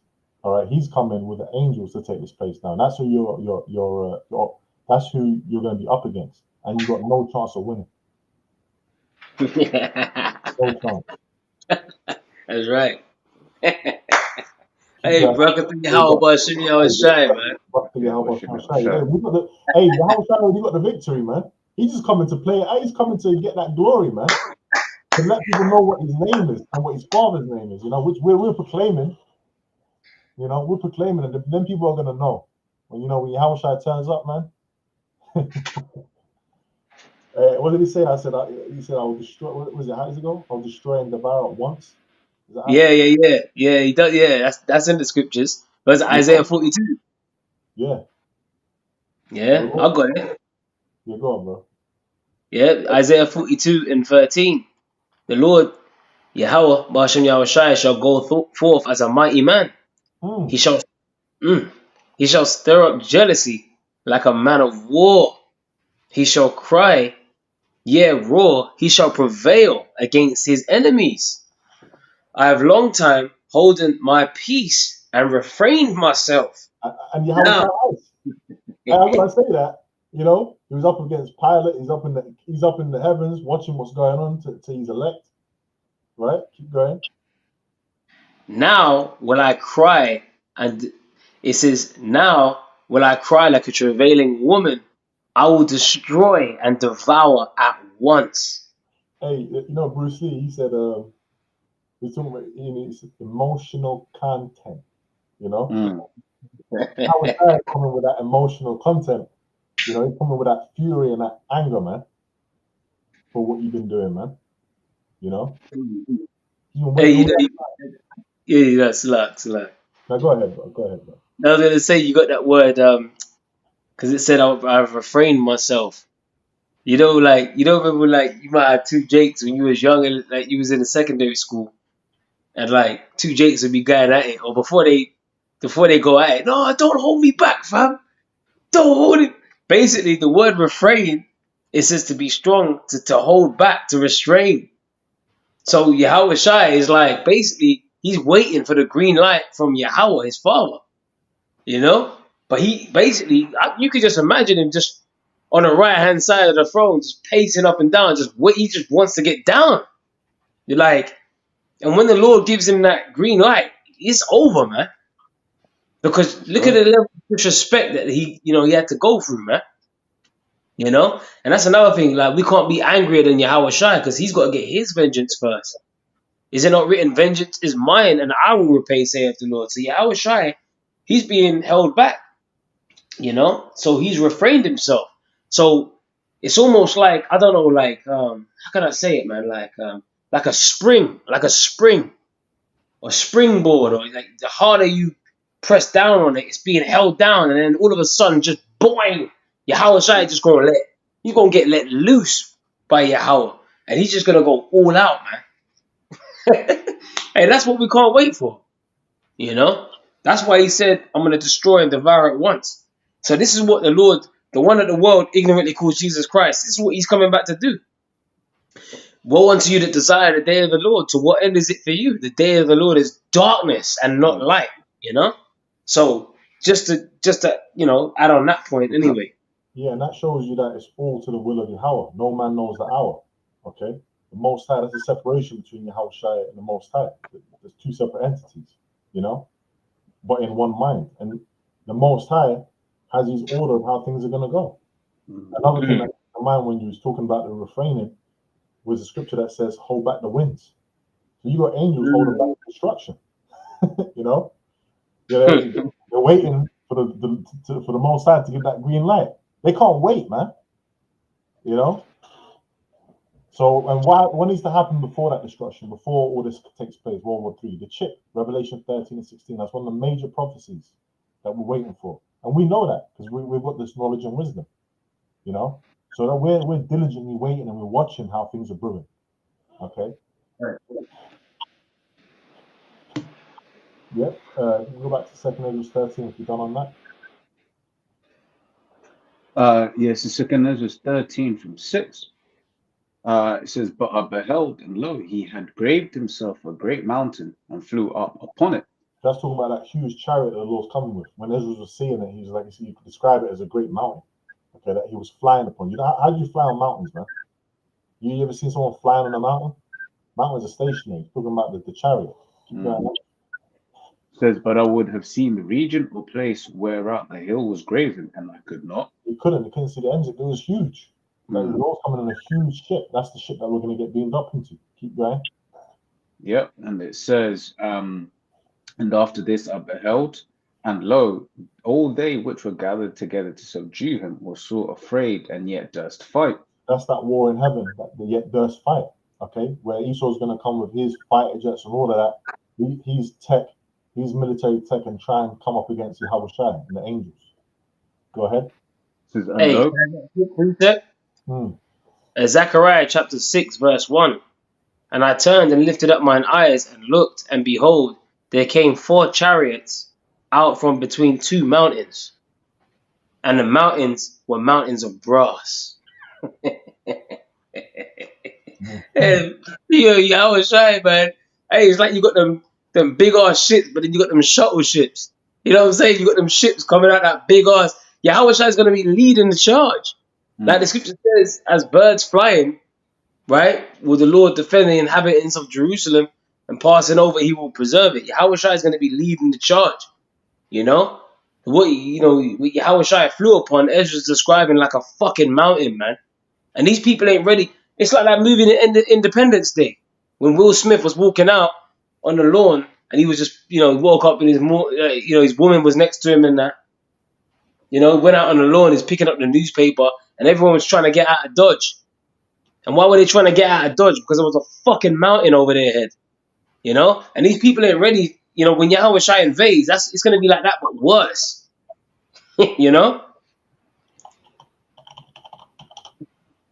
That's right. It's bad precept.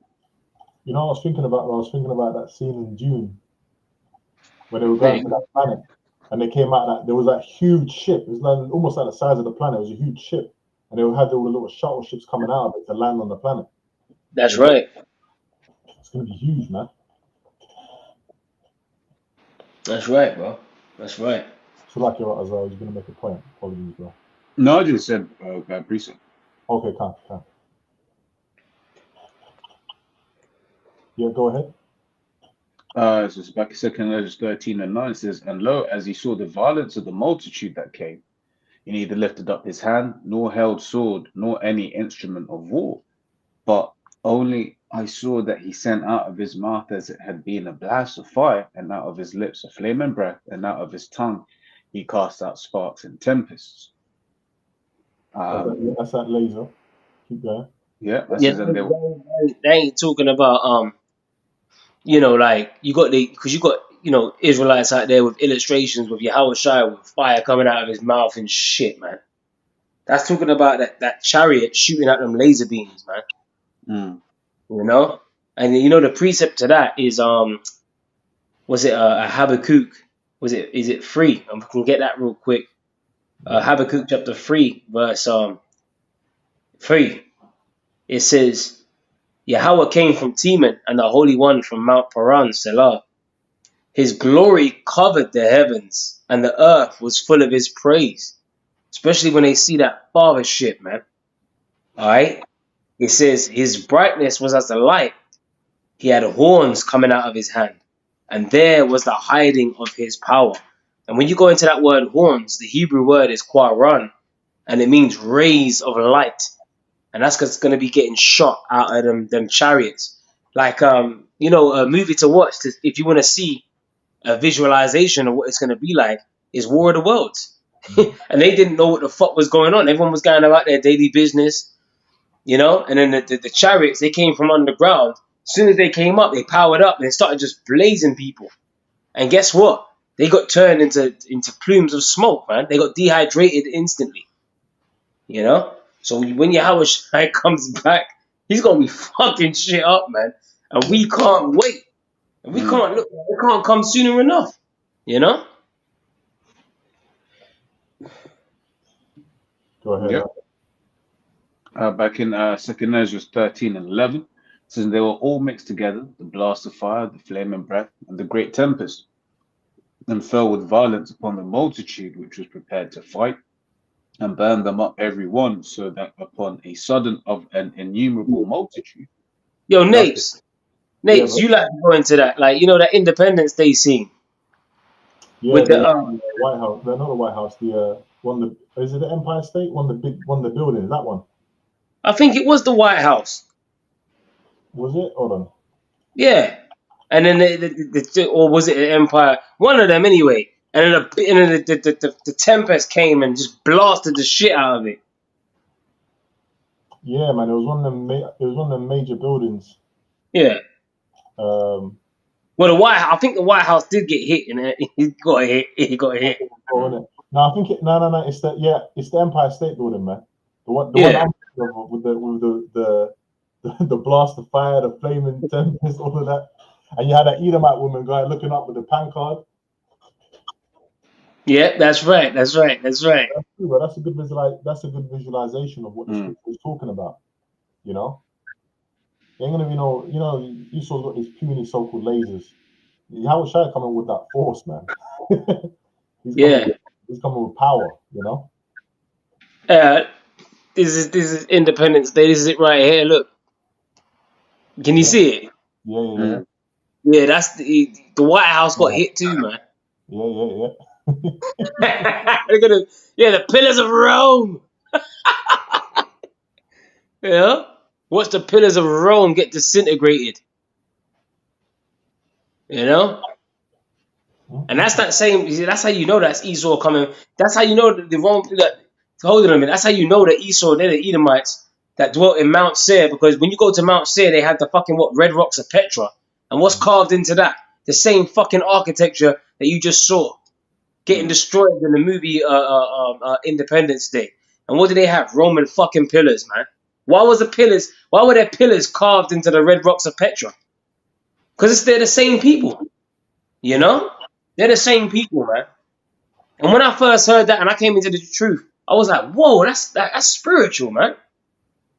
So you can't that's what I'm saying. You got to be spiritual to understand these things. Yeah. You know? You can't just come on, man. They ain't teaching that in the Christian church, bro. Like everything is reincarnated, man. So even to understand that, then you got to go into reincarnation. And if you can't understand reincarnation, then you're lost. What? Who's that? That's who? Mount Seir? Like, hey, guy's gonna be lost, man. Go on, Akim, man. Salakia. That's why we say Rome 2.0. That's why. Yeah. That's why the symbol of America is the eagle. You know. That's why even in this today's system, if you want to get up in a society, you want to be a doctor, or a lawyer, a barrister, you got to know a little bit of Latin. You know. Why? Because doctors call body parts by their Latin names. Okay. Yeah, but that's also why you had the coming together of the European Economic Community. You had the Treaty of Rome. That's right. You know, and it came into effect in 1958. You know, and the scriptures speak about that 1 hour in Revelation, the 17th chapter. 1 hour with the beast, which adds up to 42 years, which goes up to the year 2000 from 1958. So Esau's he's living on borrowed time, basically. Esau's done, man. He's fucked, man. And that's why we keep speaking about these divisions, because that's a sign that Esau's at his end. No kingdom divided shall be able to stand. That's why you got uproars of the people in the world. What? Measured out of time diligently. 2nd Ezra 9. You know? When there shall be seen earthquakes and uproars of the people in the world. And we know that the Edomites are ruling, because Esau is the end of the world, Jacob is the beginning of it that followeth. So this is what we're going into here. It's all about Esau and his empire that's going down, and Yahushua establishing his kingdom, right? After that, which is an everlasting kingdom, you know? Yep. Go ahead, Akim. Yep. It says back in so it's the second of 13:11. It says, and they were all mixed together, the blast of fire, the flame and breath, and the great tempest, and fell with violence upon the multitude which was prepared to fight, and burned them up every one, so that What? upon Everyone? Don't leave yep, one alive. Everyone. Keep going, bro. yep, Well, it there's said blood clot one of them. That's right. That's right. so that upon a sudden of an innumerable multitude, nothing was to be perceived but only dust and smoke of smoke. When I saw this, I was afraid. They were wiped out, man. That's right. It was a wipeout, man. First they were there, and and then they weren't. You know, that's a hell of a show of force. You know, because everyone looks up at Esau's military like, oh, they're afraid of the military. They think there's some power there. The Lord's gonna make that look like a joke, man.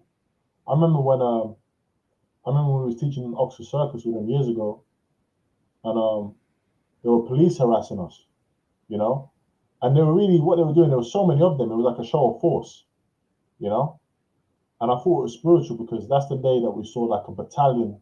I say a battalion because there was so many of them. We saw so many chariots flying in the sky. Some of them were flying fast, some of them were flying slow. You had one that would look like it was on fire. And I looked at that like, that's the Lord showing the force, his force. Or you think you're messing with them? You think you're making a show of force to them, trying to intimidate them? Right? Let me show you the true. Let me show you the true force of who's protecting them. That's right. Who's coming to save them, man? You know, that was a spiritual day. Yeah, That's right. we can go back to. Got a quick precept. Yeah. Second Ezra's stuck on my brain. 2 Kings, chapter 6, verse 16. And this is dealing with Elisha and his servant, right? It says, in fact, let me start from 15. And when the servant of the man of God was risen early and gone forth, behold, an host compassed the city, both with horses and chariots. And his servant said unto him, Alas, my master, how shall we do? He answered and said, Fear not, for they that be with us are more than they that be with them. And Elisha prayed and said, Lord Yahweh, I pray thee, open his eyes that he may see. And the Lord opened the eyes of the young man, and he saw, and behold, the mountain was full of horses and chariots of fire round about Elisha. That's right. And you know what's spiritual about that? That's one of them was on fire, you said, you know? Yeah, you know what's spiritual about that, bro? Like, sometimes you be trying to get a chariot on a camera, you can't even get it. So it's even spiritual to be able to see a chariot, you know? God. And I got a testimony on that. We saw a chariot at camp years ago, and every older brother saw it, right? I couldn't see it. I couldn't see the chariot, and there was a fear in me. I was like, oh, I can't see the chariot. Everyone can see the chariot. I can't see it. You know, put fear on me. And I thought, like, you know, when you get doubt, you look like, is it a chariot or is it a plane? You know, you're doing all that doubt, right? And you know, the brother Kabash, he turned around to me and he said, the spirit jumped on him. He said, because he didn't know that I can't see it. He turned around to me and said, can you see it? Can you see it? You see it? And then when he said that, I sent up a prayer to the Lord to be able to see. And then I could see it. It just appeared, you know? So that's a testimony to show you that even that's spiritual, man. You know? Well, that's beautiful, because just like Elisha prayed for his servant's eyes to be open, Yeah. you know, then he saw it, you know? Yeah, man. You reminded me of that when we read that scripture. So it's a beautiful thing, Akim, man. This salvation. It's going to put great fear on the heathen, man. They're the ones that are dismayed, as the brother brought out earlier. You know? We long for that. We seeing chariots reminds us of our deliverance, you know? The brother was mentioning how he was having a coffee and saw some chariots. You know, that's beautiful. That increases our faith. Yep. Yeah. Let's go back to if you're done on that, let's go back to Revelation 12, and finish it off. This is Revelation 12 and 8. It says, and prevailed not Salakia, So and prevailed not, neither was their place found anymore in heaven. Yeah, then that's it. It's done. You know, you're gonna be having no more, you know, people flying up and going to this country and that country in the plane. It's done. The Lord's going to destroy all that. He's coming to destroy this place. Keep going up, yeah. Yeah. And this is Esau's kingdom, you know. That's right. And the great dragon was cast out, that old serpent called the devil and Satan, Why which is it called the old serpent? Going back to the Garden of Eden, man, the sons of the wicked. Okay, that spirit of Esau, the spirit of the wicked, called what? The devil and Satan. You know, which one was it? That was it? The devil that means false accuser and deceiver. devil, Diablos, which is Satan as adversary. Satan is Devil. adversary. Yeah, devil means deceiver. Yeah. Oh, sorry, slanderer. Slander. Yeah, the Slanderer. word slander. Yeah. Yeah, and you know, you got devils like, that's why we call them a devil. Like, you got devils like Vocab Malone today. That's an example, man. All right, and the elites be doing that. The Esau be doing that to Jake. Keep going, bro. Yeah, it says. You know what? I got a quick precept before the brother keeps reading, right? Mm-hmm. The dragon, the old serpent. Yep. Right. Psalms 58:4. In fact, let me start from 3. This guy back to the wicked again. The wicked are estranged from the womb. They go astray as soon as they be born, speaking lies. Their poison is like the poison of a serpent. They are like the deaf adder that stoppeth her ear. You know? Just going into, you know, who these Edomites are. That's the devil that the Bible speaks of, man. You know? And they are the wicked. That's how you know that's talking about Esau, Edom. Okay? Because if you know who the wicked are, in Malachi 1:4, they're known as the borders of wickedness, Esau, Edom. Right? That's the dragon, the old serpent. Yeah. So showing it's that serpent, because you said the woman fled from the serpent. It's that same serpent. It's the same people, man. In power again, doing that same shit, persecuting us. Go ahead, Akia. A brilliant precept. Okay, so Revelation 12:9 says, and the great dragon was cast out, that old serpent, called the devil and Satan, which deceiveth the world. How does he deceive the world? This guy's a liar, man. Okay? He's got his false philosophies, people believing in the LGBT, people believing in democracy. He's deceiving the world. No one even knows who they are. Okay? That's why we're the ones that are coming out with that truth. You know? The Lord's and through that truth, you're cutting out the lies. You know, lies get cut by truth, man. Keep going, bro. Yep.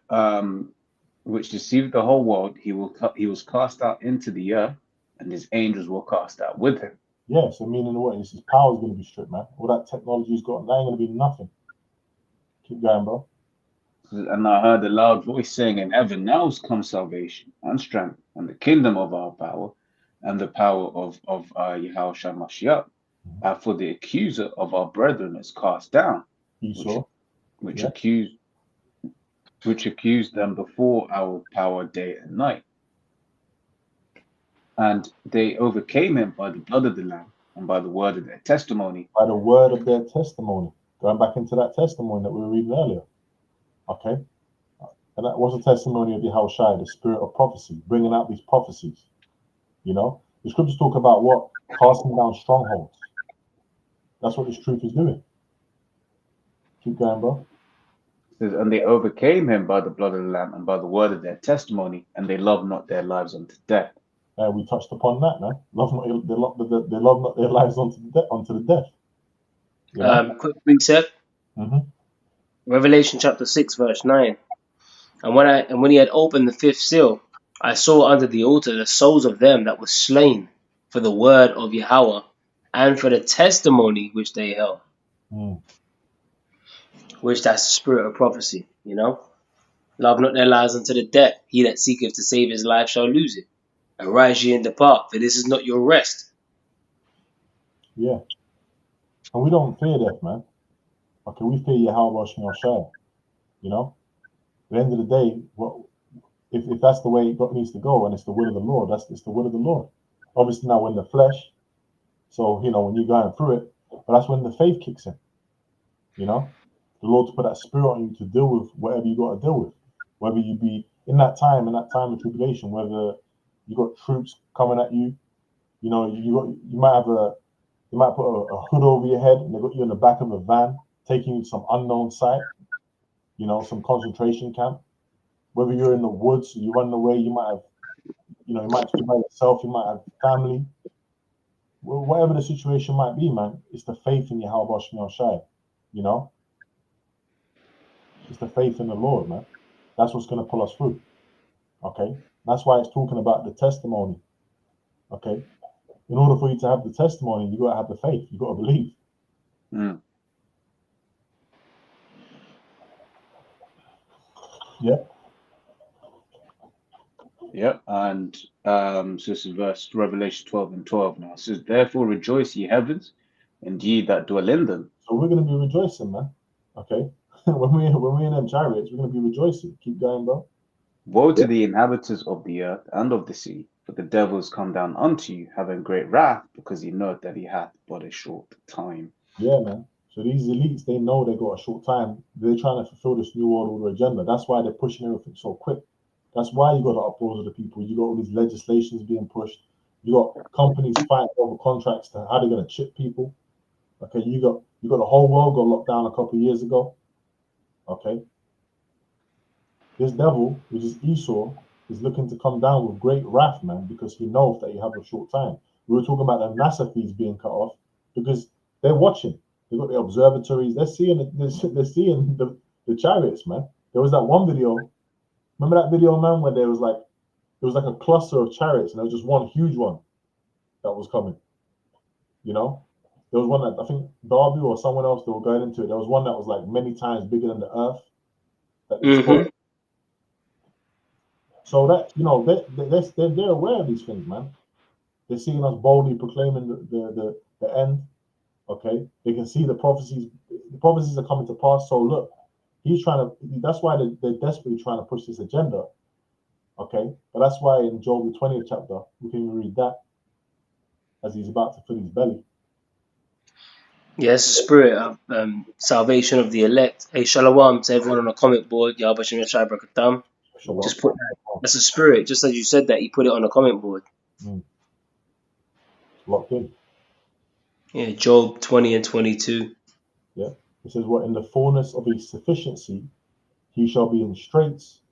Every hand of the wicked shall come upon him." The wicked there is talking about Jake. Okay, the way when you go into the word, it's laborer, which precepts for James the 5th chapter. Yeah, Aimal in the Hebrew. Yep, the water, bro. Yep. When he is about to fill his belly, meaning when he's about to fulfill this new world order as he wants, okay, get all his so-called desires, because he wants to be like a god. Yahweh Shemel Shai shall cast the fury of his wrath upon him, and shall rain it upon him while he is eating. That's that destruction. Okay, that's the thermonuclear destruction coming from the nukes and the lasers from the chariots the chariots of the Lord, the chariots of Israel that we were just going into. Okay. So the fact that they're pushing so hard for this new world order, man, that's a sign to show you how close we are to the end. You know? That's a sign, man. They're trying to chip people, they're trying to get everyone ID, they're trying to lock people down. You got government organizations, world government organizations like the think tanks, World Health Organization, and all that. The WEF, World Economic Forum, talking about you should own nothing and be happy. Okay. You got people like that Harari guy, that Amalek, saying we don't even need people. You got Bill Gates coming out and saying, we need to get down the population. So they've got their different agents pushing this agenda, man. All right, but the Lord's got their tab. The Lord's watching them, man. And that's why the scriptures say that the Lord's going to be laughing in heaven, man. Why did the heathen rage? That goes into that tumult. Why did the heathen rage? Why they're trying to do everything they can to piece it together? The Lord's going to mess them up. Yeah. Yeah, but you've got appointed bounds that they can't pass. That's right. I got a quick precept just for the laborer in Job. It said, James 5:4, it says, "Behold, the hire of the laborers who have reaped down your fields, which is of you, kept back by fraud, crieth, and the cries of them which have reaped are entered into the ears of the Lord of Sabaoth." You know? So pretty much the Lord hears our cries, man. You know? And the Lord of the armies, the Lord of hosts, Yahweh, is gonna send his son Yahweh Shai to do some serious damage, man. And that's why the scriptures speak about set a mark upon the foreheads of the men that sigh and that cry, for all the abominations that be done in the midst thereof, because that's that travail again with that woman, we're in that travail stage. We're just going through some shit, But the consolation, it starts with the understanding of this word, but it's really going to kick in when Yahweh Shai comes back, and changes us and saves us, the deliverance, the That's right. deliverance, that's when that's gonna, and the new covenant, and we ain't gonna have like I did a lesson earlier talking about like we ain't gonna have like that cloudy mind or brain fog. We ain't gonna have none of that shit. We ain't gonna have a toothache, headache, back pain, ailments and shit. You know what I mean? We ain't gonna have none of that, man. The Lord said that we're gonna be like them that dream. Then was our mouth filled with laughter. Read Psalms 126. So Esau is a thief. He's a fraud. He's a thief. And the scripture says, "Woe unto you that buildeth a town with blood and establisheth a city by iniquity." Esau, everything he got, he stole. So that's fraud. They got them gold vaults and that. Well, the scripture said they shall, they swallow down riches, but they're gonna have to vomit them back up. That's right. And since you said that earlier, since you said about the toothaches and all that and the pain, we're in travail, we're catching hell. Let's close out on Revelation 21:4, just to round up the lesson. Unless you brothers have other precepts. Revelation chapter 21, verse 4. "And Yahweh shall wipe away all tears from their eyes, and there shall be no more death, neither sorrow, nor crying, neither shall there be any more pain, for the former things are passed away." That's right. Yeah. So all this right now, this world that this tribulation, this travail that we're in, is going to pass away. Okay, with that deliverance from Yahweh Shai, and the name Yahweh Shai, okay, means He deliverer or He savior. Okay, so He's coming to fulfill Nomen Omen. He's coming to fulfill His name. Okay, He is the deliverer, man, of Israel, starting with the elect. So we're not all this travail we're going through, all this pain. Hey, at the end of it, man, is joy. That's right. Everlasting joy. You brothers got any other precepts or any closing statements? One real quick, just because I had it loaded up just on a previous point. This is Sirach 10:8. "Because of unrighteous dealings, injuries, and riches got by deceit, the kingdom is translated from one people to another." Straight to the point. Esau's got everything by stealing, robbery, thievery. The Lord ain't happy with that. So Lord's going, the Lord's going to put the righteous rulers in power. Yo, that's right, bro. I got one more. This is Isaiah 66. I'm going back to Isaiah 66 again, man. In verse 13 and 14, it says, "As one whom his mother comforteth, so will I comfort you, and ye shall be comforted in Jerusalem. And when you see this, your heart shall rejoice, and your bones shall flourish like an herb. And the hand of the Lord Yahweh, Ba'ashem Yahweh Shai, shall be known toward his servants, and his indignation toward his enemies." Whew. Ooh.